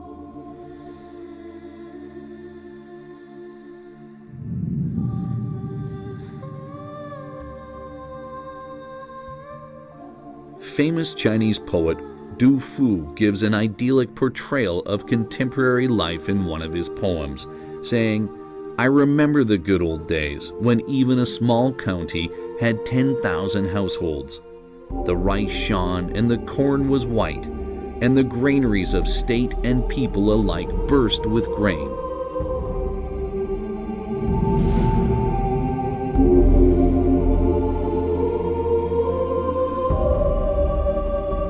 The 15th day of the first lunar month of each year is the Lantern Festival. At night, Chang'an is illuminated as brightly as during the day. Thousands of ladies dance in the streets. They will not stop for 3 days and nights. People sing and dance to celebrate the good times. It's indeed a splendid age.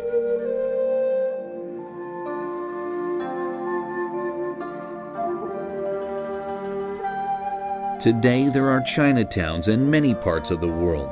For the Chinese, though, they are really streets of the Tang people.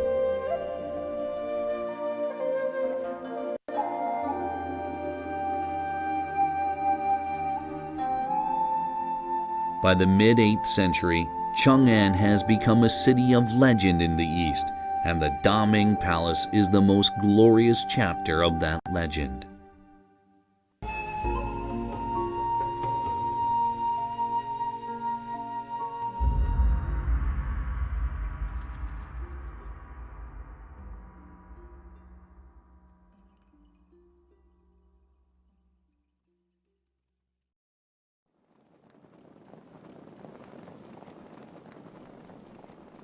In 739 AD, a northern tribesman named An Lushan was being escorted to the Tang capital, Chang'an. An Lushan was born in the eastern part of Liaoning. His father was a northern tribesman and his mother was from a Turkish family. Growing up in a border area, An Lushan was proficient in several ethnic languages, giving him certain advantages in the army.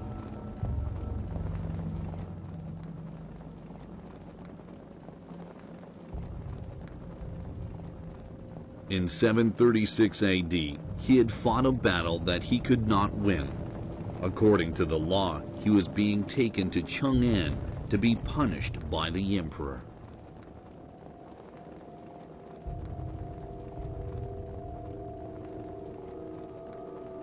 For now, no one could have imagined that this man would bring tremendous disaster to the empire.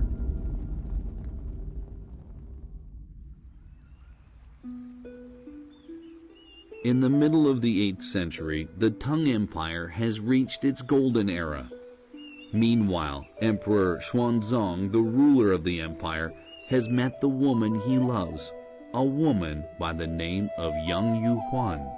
Yang Yuhuan was born in Sichuan. Brought up in an official's family, she has been well educated since childhood. When she turned 16, she married one of Emperor Xuanzong's sons. In 740 AD, the 56-year-old emperor meets her for the first time. She is now 22. The charming beauty is like a fairy descending in front of the emperor from heaven. The emperor can't help falling in love with her.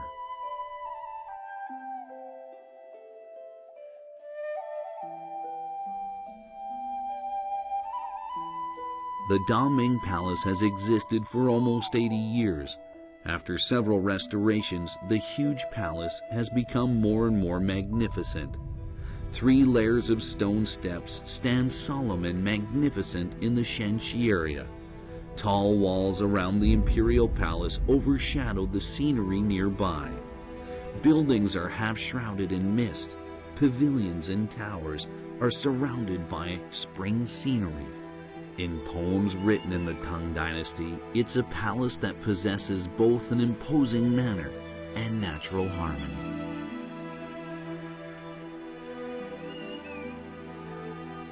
The imperial living quarters are located in the northern section of the Daming Palace. It's an area where members of the imperial family have fun and relax. There are various pavilions, towers, and terraces divided by gurgling streams, creating an elegant and quiet atmosphere. Located south of the pool is the Hanliang Hall, well known for its coolness. According to historical records, water-powered fans are installed around the hall, so it's always cool enough inside, even in the hottest summers.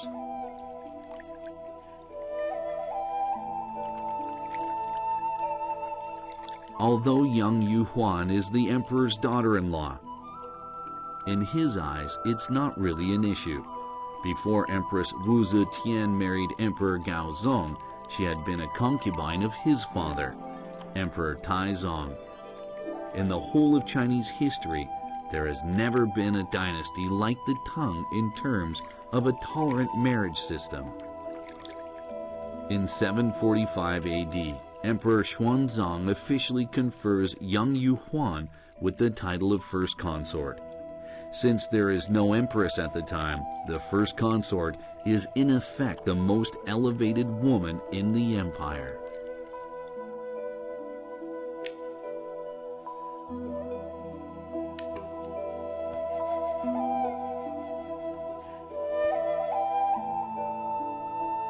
Young Yu Huan is not only an unrivaled beauty, but also very clever and considerate.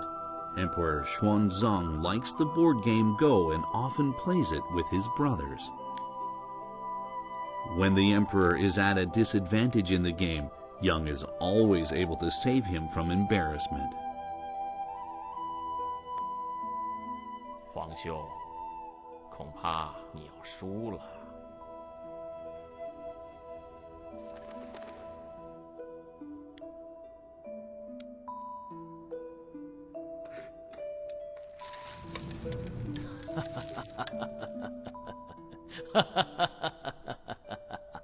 今日胜负不分。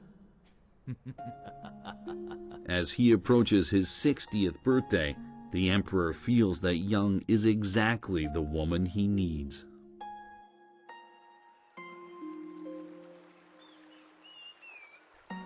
Young epitomizes perfection for a woman.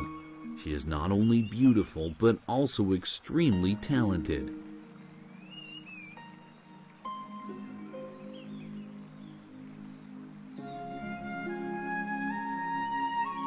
She is good at music and plays the pipa very well. She is also quite a poet. One of her poems is even included in the complete anthology of poems of the Tang Dynasty, but she is best known for her dance moves.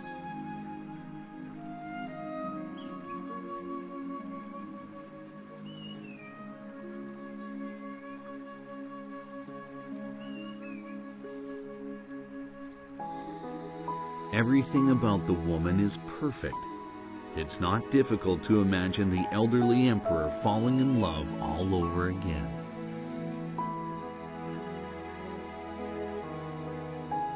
All glories are as transient as fleeting clouds. Only love and art are permanent. Emperor Xuanzang spends his twilight years in artistic creation and gradually neglects government affairs. The poet Li Bai is now serving in the Daming Palace's Imperial Academy. During this period, Li rarely takes part in government affairs. His main task is to compose lyrics or to write poems to accompany court music tunes for dancing. Once Li gets drunk and commands the emperor's most trusted eunuch to take off his shoes, which is an insult.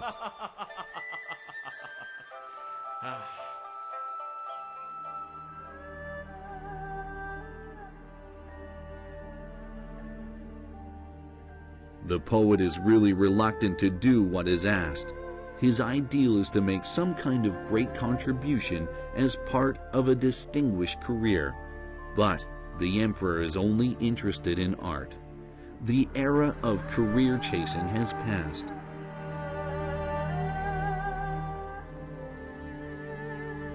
Born into the wrong era, Li eventually leaves Chang'an.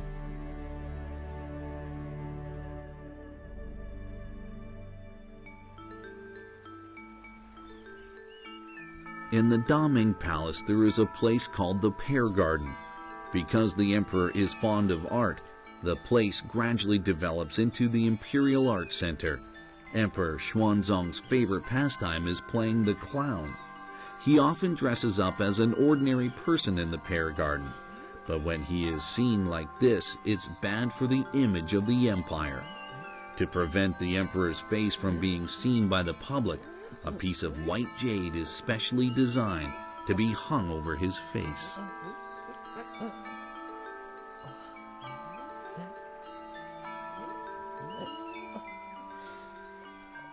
In Chinese opera, the clown's nose is always painted white.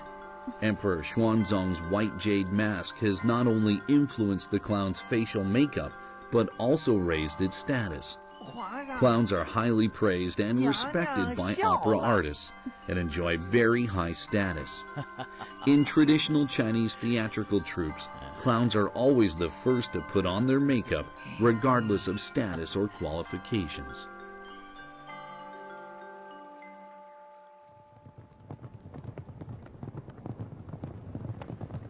It is said Yang likes to eat lychee.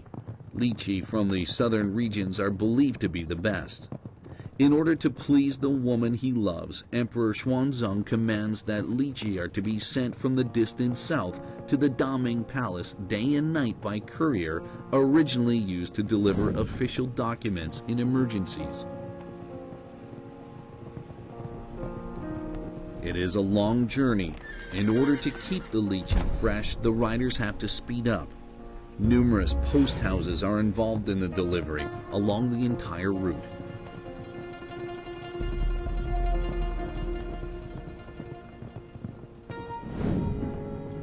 The poet Du Mu writes, Chang'an City looks like piles of blossom. 1,000 gates open one by one on hills.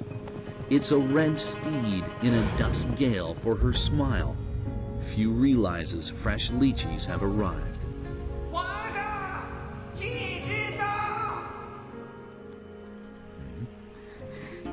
For the elderly emperor, now immersed in love and art, the affairs of the empire are gradually set aside.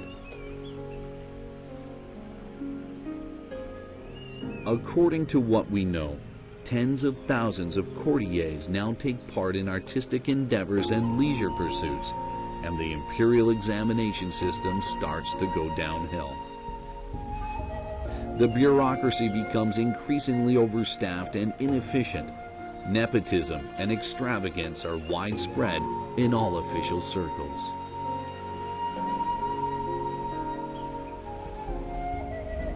The empire has flourished for 30 years. When it finally reaches its heyday and starts to decline, it begins to turn ostentatious. It is at this time that the northern tribesman An Lushan arrives at the Daming Palace.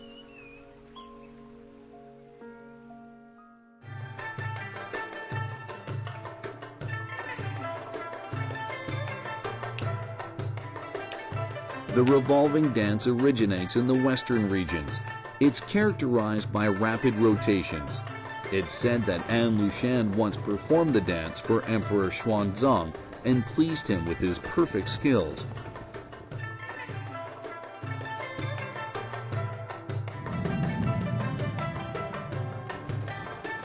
Since An Lushan is as good at flattery as he is at dancing, he soon gains Emperor Xuanzong's trust. When it came to the first consort, An Lushan flatters and toadies up to her by every means possible.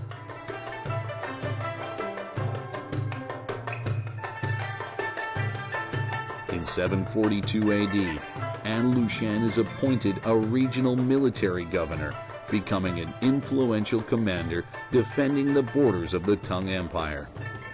In 747 AD, he is given an additional responsibility and becomes the military commander of Fanyang. 3 years later, he is granted the title of Prefecture Lord. In the Tang Dynasty, it is rare for a tribesman to be granted such a title. In just a few years, An Lushan has become one of the most powerful border province commanders of the empire.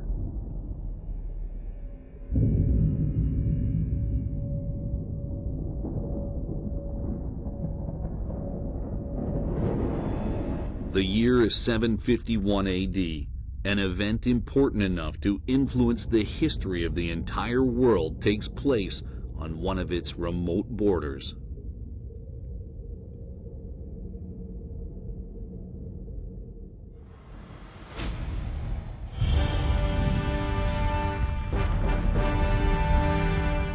In a place in Central Asia called Talis, a war breaks out between the Tang Empire and Arabian troops. 30,000 Tang soldiers are surrounded by 150,000 soldiers of the Arabic alliance. Over 10,000 Tang soldiers are taken prisoner in the fierce battle that followed. The rest die on the battlefield. The Battle of Talis exerts tremendous influence on the progress of world history. After this disastrous defeat, the Tang cavalry has never been deployed in the Pamirs.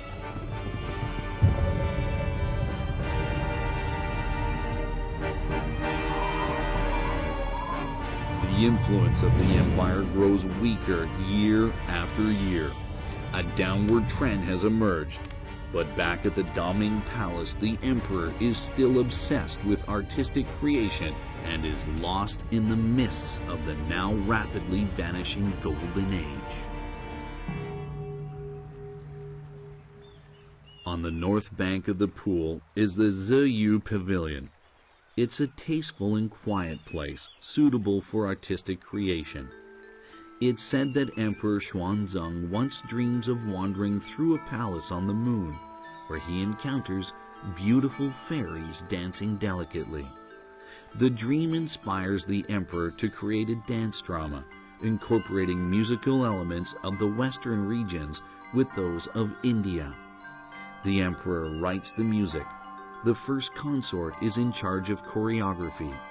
It's often labeled as one of the artistic masterpieces.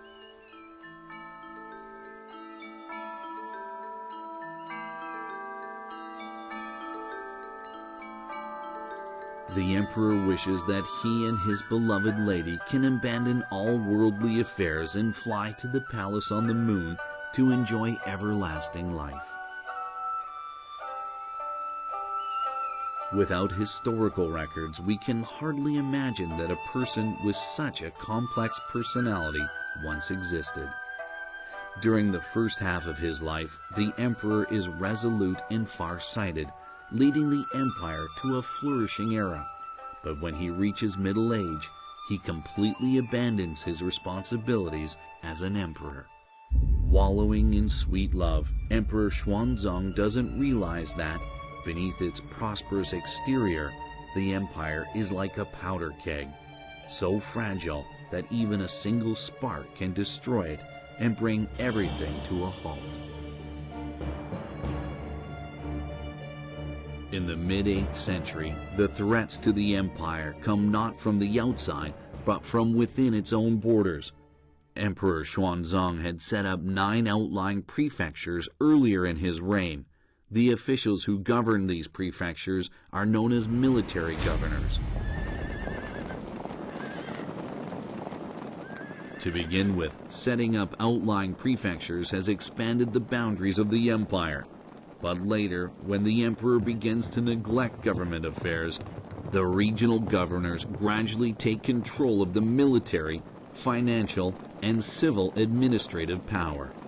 When their power expands beyond the control of the central government, they become a thorn in the side of the empire.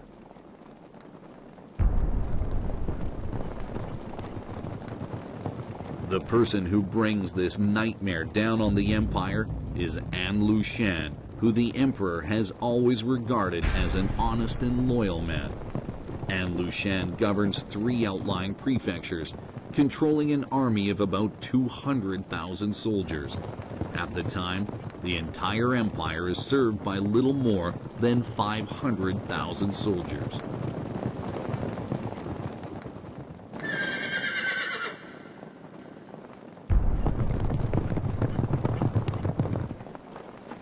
In November 755 AD, An Lushan, the military governor whose job it is to defend the northern borders, rebels.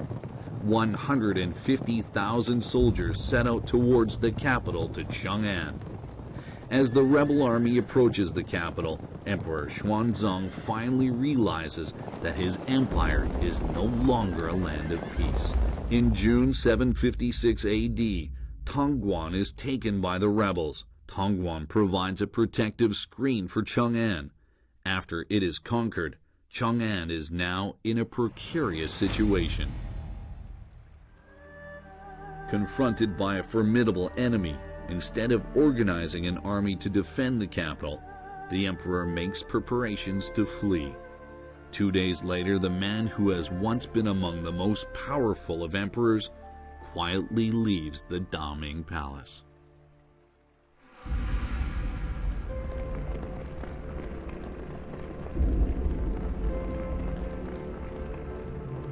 News of the emperor's departure soon spreads throughout Chang'an, causing chaos within the prosperous city.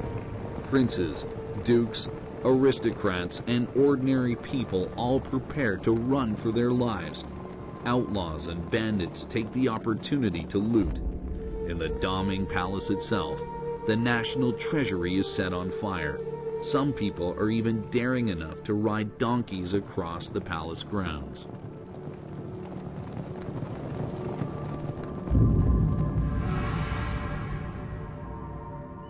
This is Mawei Station, located in Xingping County, Shanxi Province. This is where the Emperor's Imperial Guards stage a mutiny as the Emperor is passing through. Angry soldiers kill the Prime Minister, accusing him of monopolizing power and endangering the Empire.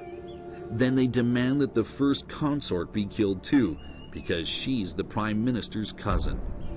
It is said that she hangs herself on a pear tree in this area. The once all-powerful Emperor is now unable to save his beloved woman.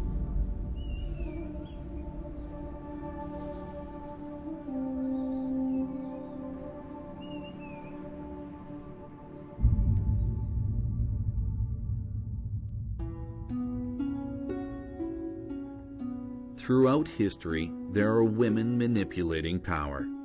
They interfere with government affairs to gain favor with the emperor, disturbing national order. But First Consort Yang is not this type of woman.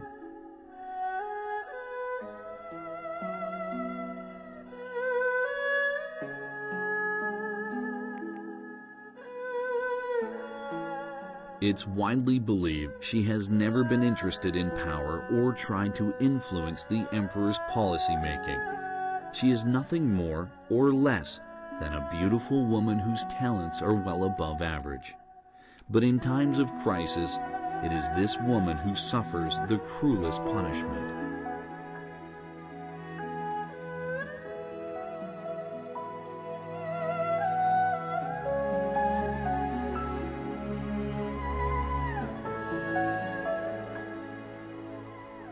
Many people are unwilling to accept her death. There are even rumors that she has been sent to Japan in secret.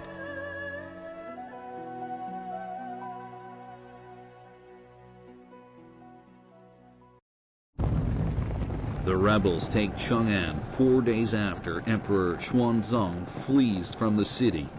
The rebels quickly occupy the whole capital, having met no resistance.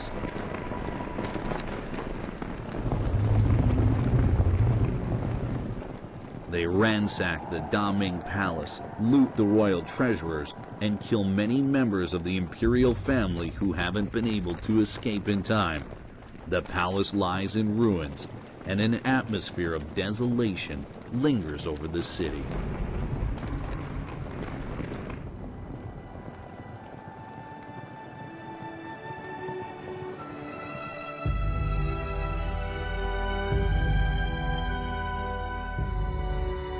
The poet Du Fu witnessed the fall of Chang'an City.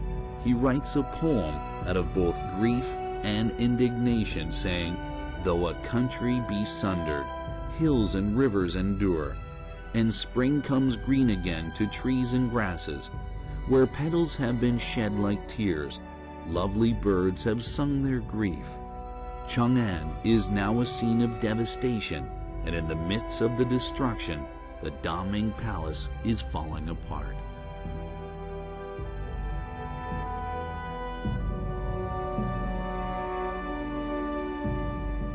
An Lushan's rebellion has destroyed a flourishing empire. It also marks a watershed in Chinese history. It puts an end to the unparalleled prosperity of an era. This unique era of wealth and ease has gone forever.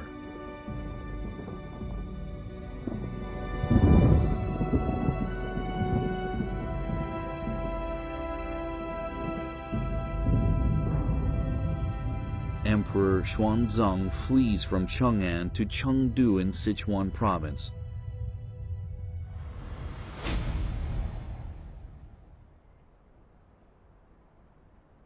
During his period on the run, the crown prince takes the throne, making him the nominal emperor. Only one loyal eunuch is there to serve him.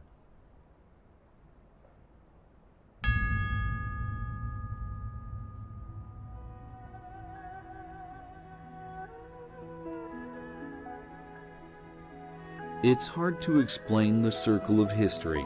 Each circle moves from zenith to nadir, so dazzling, yet so brief. The glorious reign of Emperor Xuanzang lasts for about 30 years, and then comes to an abrupt end. It's Emperor Xuanzang who brings glory to the empire, and it is he who leads the empire into an abyss of decline.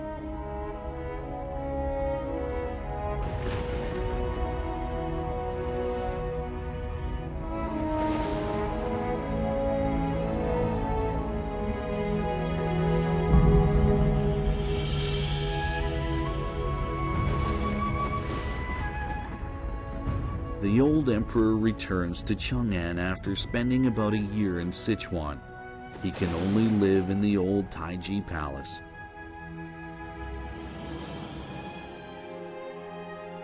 In April 762 AD, he passes away, a lonely and broken man.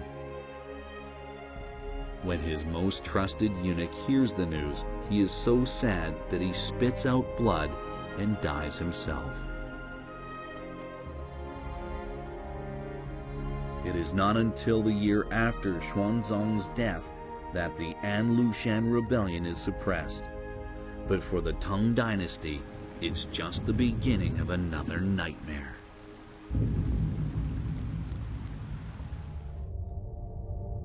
Following the An Lushan rebellion, all the emperors of the Tang Dynasty live in the Daming Palace. Although the Daming Palace is still grand and magnificent in the aftermath of the rebellion, the emperor has adopted a totally different outlook. One rebellion is put down, but more and more regional military governors are scrambling to set up their own regimes. In the early days of the Tang Dynasty, power is concentrated in the hands of emperors. But since Emperor Xuanzang's reign, local governments have gained greater power.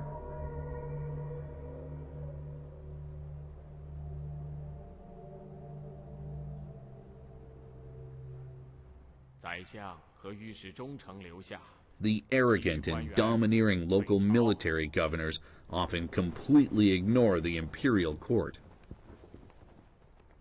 In 805 AD, Li Chun is enthroned as emperor known as Xianzong. He is the 12th emperor of the Tang Dynasty. After routine discussions with ministers in the morning, the emperor asks his prime minister and palace assistant to stay behind. These are the two he trusts the most. Young and energetic, Emperor Xianzong aspires to rejuvenate the empire to its former glory. The new emperor makes use of an inconspicuous hall, the Yanying Hall. It begins to play a part in the influencing the fate of the empire.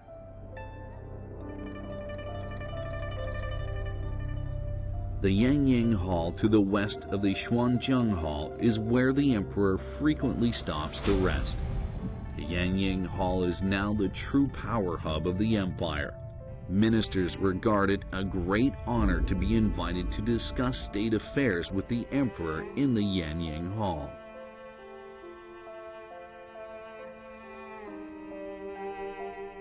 "藩镇藐视朝廷，割据一方，长此以往，后果不堪设想啊！大唐衰落到如此地步，朕愧对于祖先呐。二位放心，朕已下定决心铲除那些目无纲纪的藩镇。" The Prime Minister and his associates advocate cracking down on the regional military governors. With their support, Emperor Xuanzong hopes to root out the regional military governors once and for all. But quite unexpectedly, the reform is the catalyst for a disaster that will prove to be fatal.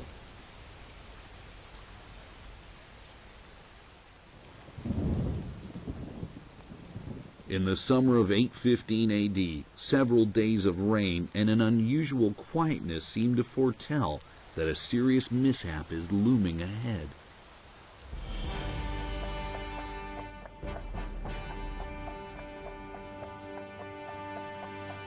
One morning in June, the Prime Minister heads towards the Daming Palace as usual. Then disaster happens.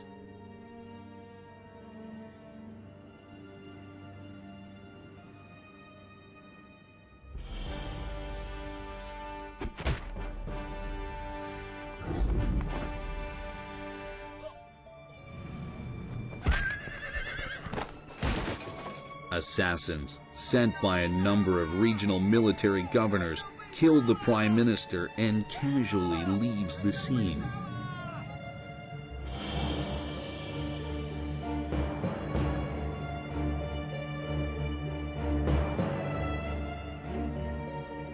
Chang'an is filled with terror and the road to the Daming Palace is empty.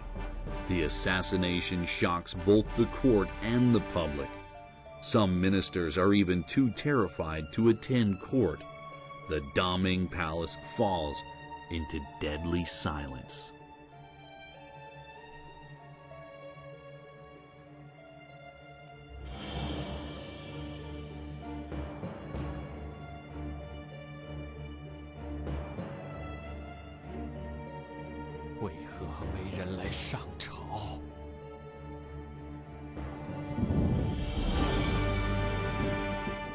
As recorded, an official from the military department complains tearfully to the emperor that it is unprecedented that a prime minister is killed on the street and the assassins remain at large.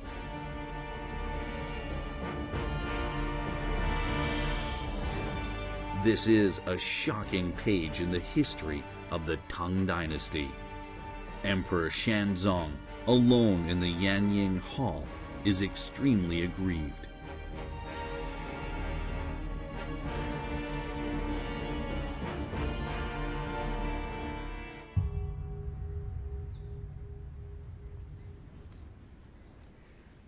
To the north of the Daming Palace stands a magnificent Taoist building. Seated on a 14-meter high platform, the Taoist building is the most sacred religious building in the Daming Palace. It's also the only structure in the Daming Palace that is built on a high platform.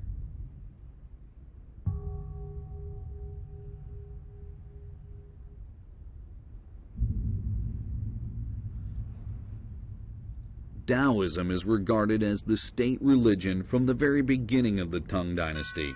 All the emperors of the Tang Dynasty are devout followers, including Emperor Xuanzong. The Reformation road is full of difficulties, and the emperor is at a loss about what to do. Faced with domestic strife and foreign aggression, his dream of reviving the empire seems unrealistic. In his later years, the emperor becomes obsessed with Taoism, seeking a way to achieve immortality. As his earthly dreams drifts away, the emperor seeks relief in the pursuit of immortality through Taoism. He is believed to have taken too much of a Taoist elixir over the years and dies of an overdose.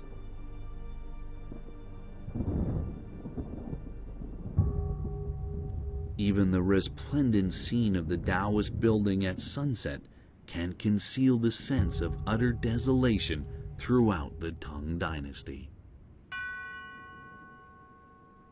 After the An Lushan rebellion, eunuchs gradually become another incurable wound in the flesh of the Tang Dynasty. Eunuchs have until now held only very low positions.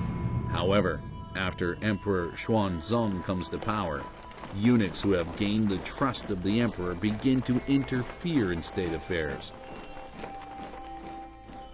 In 835 AD, the emperor has no alternative but to draft a plan to demolish the official system governing the eunuchs. But the plan is leaked, and the eunuchs seek revenge. A massacre takes place right inside Daming Palace.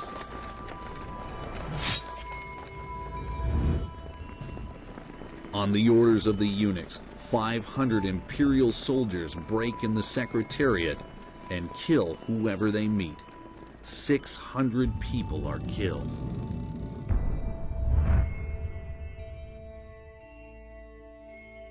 To make matters worse, the frenzied eunuchs order the gates of the Daming Palace closed, killing more than 1,000 other people.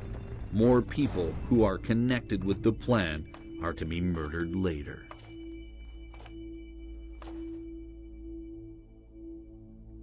After the massacre, the court exists in name only, and as officials dare not attend court, the Daming Palace lies empty.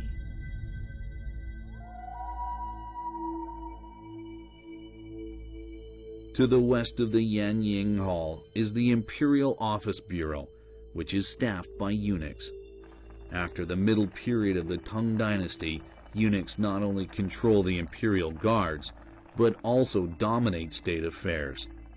In addition, they have acquired the power to dethrone emperors, and even the emperors' lives are in their hands. At least 3 Tang Dynasty emperors are murdered by eunuchs. With regional military governors setting up regimes and eunuchs grabbing power, not a single ray of sunlight is visible in the skies of the Tang Dynasty. In 875 AD, 14-year-old Li Yan ascended the throne as Emperor Shizong. With entertainment as the ultimate pursuit of his life, Li Yan is obsessed with football and polo.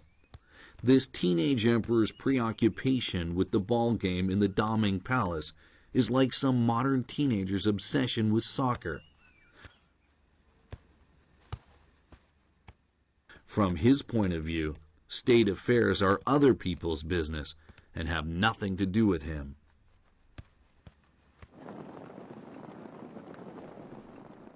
Li Yan is not aware of the looming collapse of his empire.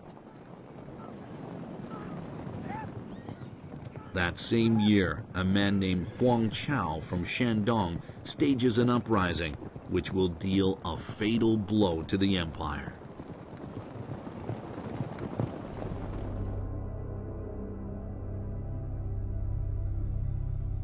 On the southeastern shore of the pool, there's a huge courtyard. A hall on one side of the yard is decorated with 3,000 pieces of copper mirror, costing 100,000 pieces of gold and platinum foil. Despite the fact that the empire is on the verge of collapse, the halls of the Daming Palace are growing increasingly luxurious. There is even a vast polo court, which is a paradise of entertainment for Emperor Shizong.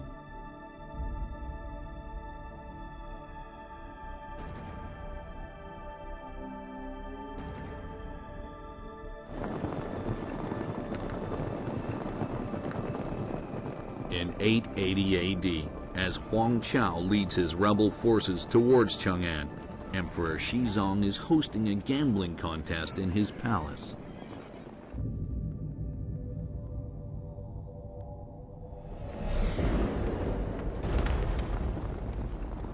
Four high officials are to take up new postings.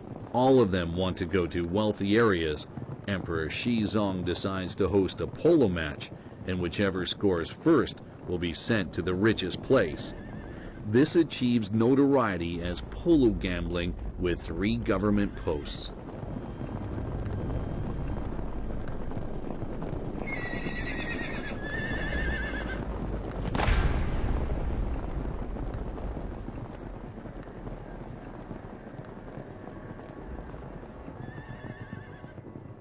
Appointing officials like this has until now been unheard of in the whole of Chinese history. Due to the emperor's fever for polo, many incompetent people become commanders of border provinces simply because of their polo skills. The imperial examination system, which has helped to build the powerful Tang Empire, is now in jeopardy. So is the system of bureaucracy.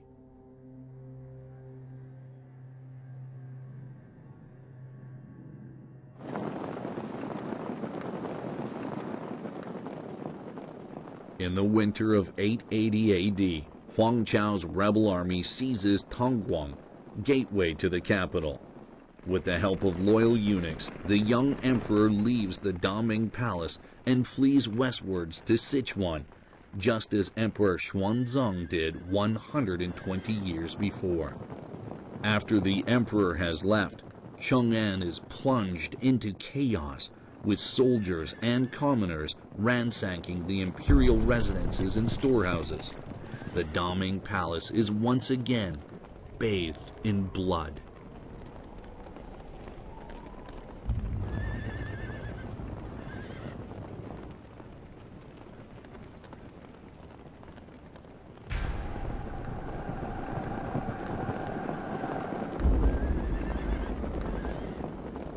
Huang Chao's army marches into Chang'an with no resistance on the day Emperor Shizong flees the palace.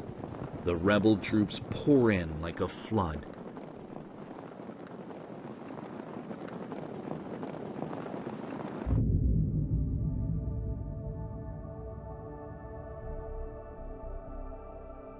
As a young man, Huang Chao has been to Chang'an to sit the imperial examination.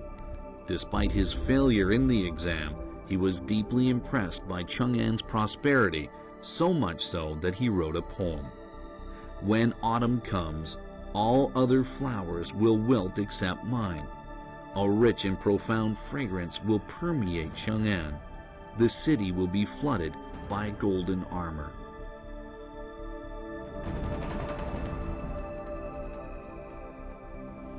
This poem reflects not only his desire for power, but also his longing for the city.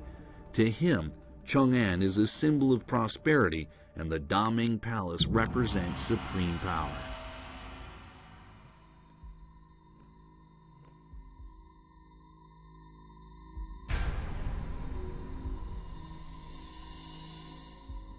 After years of war, Huang Chao is finally enthroned in 1881 AD in the Hanyuan Hall. Proclaiming a general amnesty, he has finally realized his long-held dream.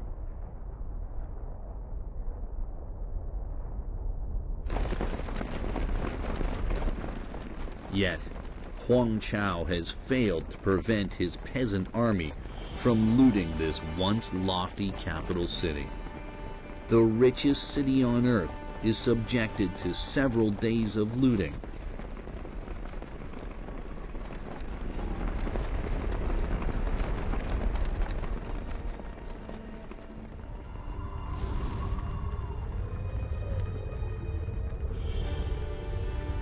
One of the poets who witnessed it all writes, "Gone are the ornate carriages. So are the grand houses of the aristocrats. All the stored treasures have been burned to ashes, and a officials' bones are strewn in the streets.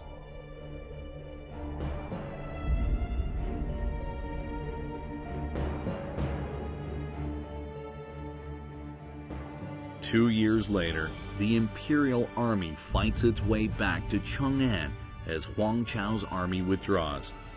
The two armies scramble for treasures and commit arson. As a result, over half of the palaces and houses go up in flames, with the Daming Palace suffering the most. Most of the halls of the palace are destroyed, including the Hanyuan Hall and the Linda Hall.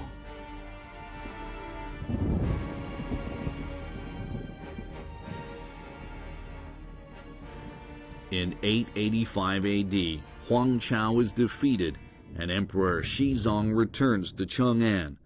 But the trampled Daming Palace is no longer fit to live in, so the emperor moves to the Taiji Palace. It marks the end of the Daming Palace as the power center of the Tang Dynasty, 222 years after its completion.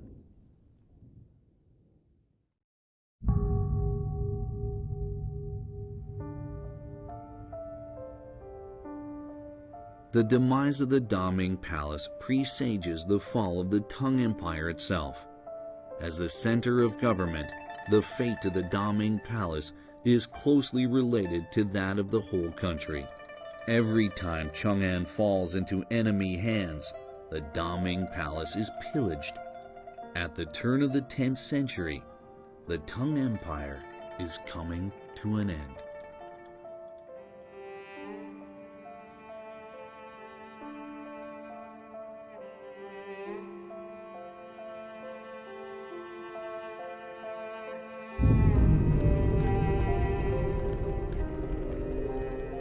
In 904 AD, a military commander named Zhu Wen burns down all of the palaces and houses in Chang'an. He forces the last Tang emperor to move the capital to Luoyang. The civilian population is forced to relocate too. Chang'an is demolished and the Daming Palace abandoned.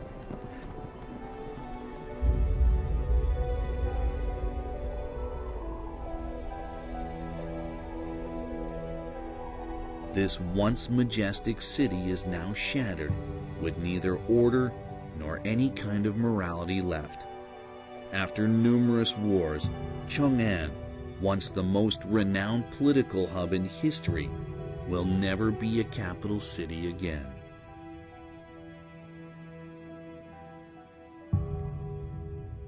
In 907 AD, the Tang Empire finally comes to an end, after being in existence for 289 years.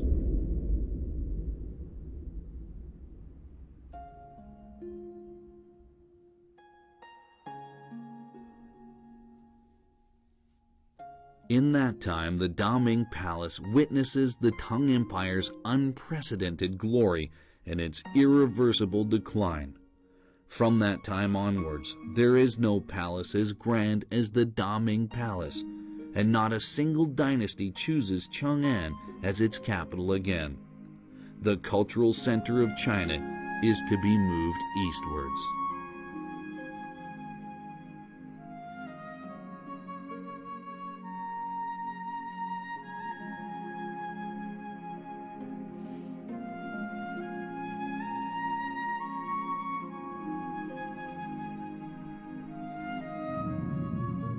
In 1957, archaeologists discover an ancient ruins north of Xi'an.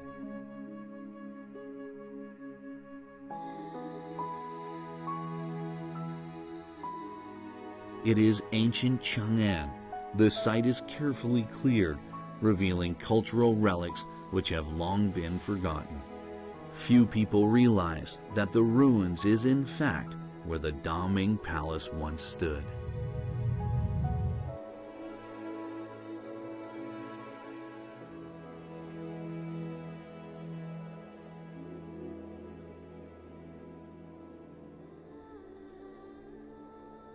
Since 1957, archaeological work has continued at the site of the Daming Palace. For more than half a century, the Chinese government, UNESCO, Japanese academic institutes, and an increasing number of specialists from all over the world are paying close attention to this world-famous cultural heritage site.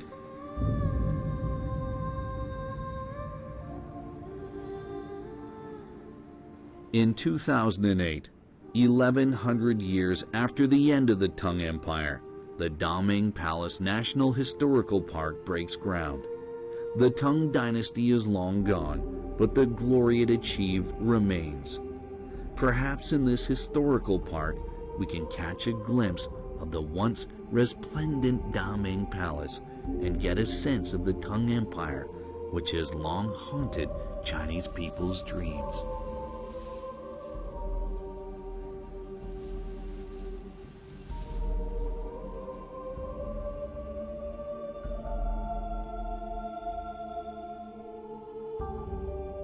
In the long history of the Chinese nation, no other dynasty has inspired the imagination as much as the Tang Dynasty. No other city can compete with Chang'an as a symbol of prosperity, and no palace is as glamorous as the Daming Palace.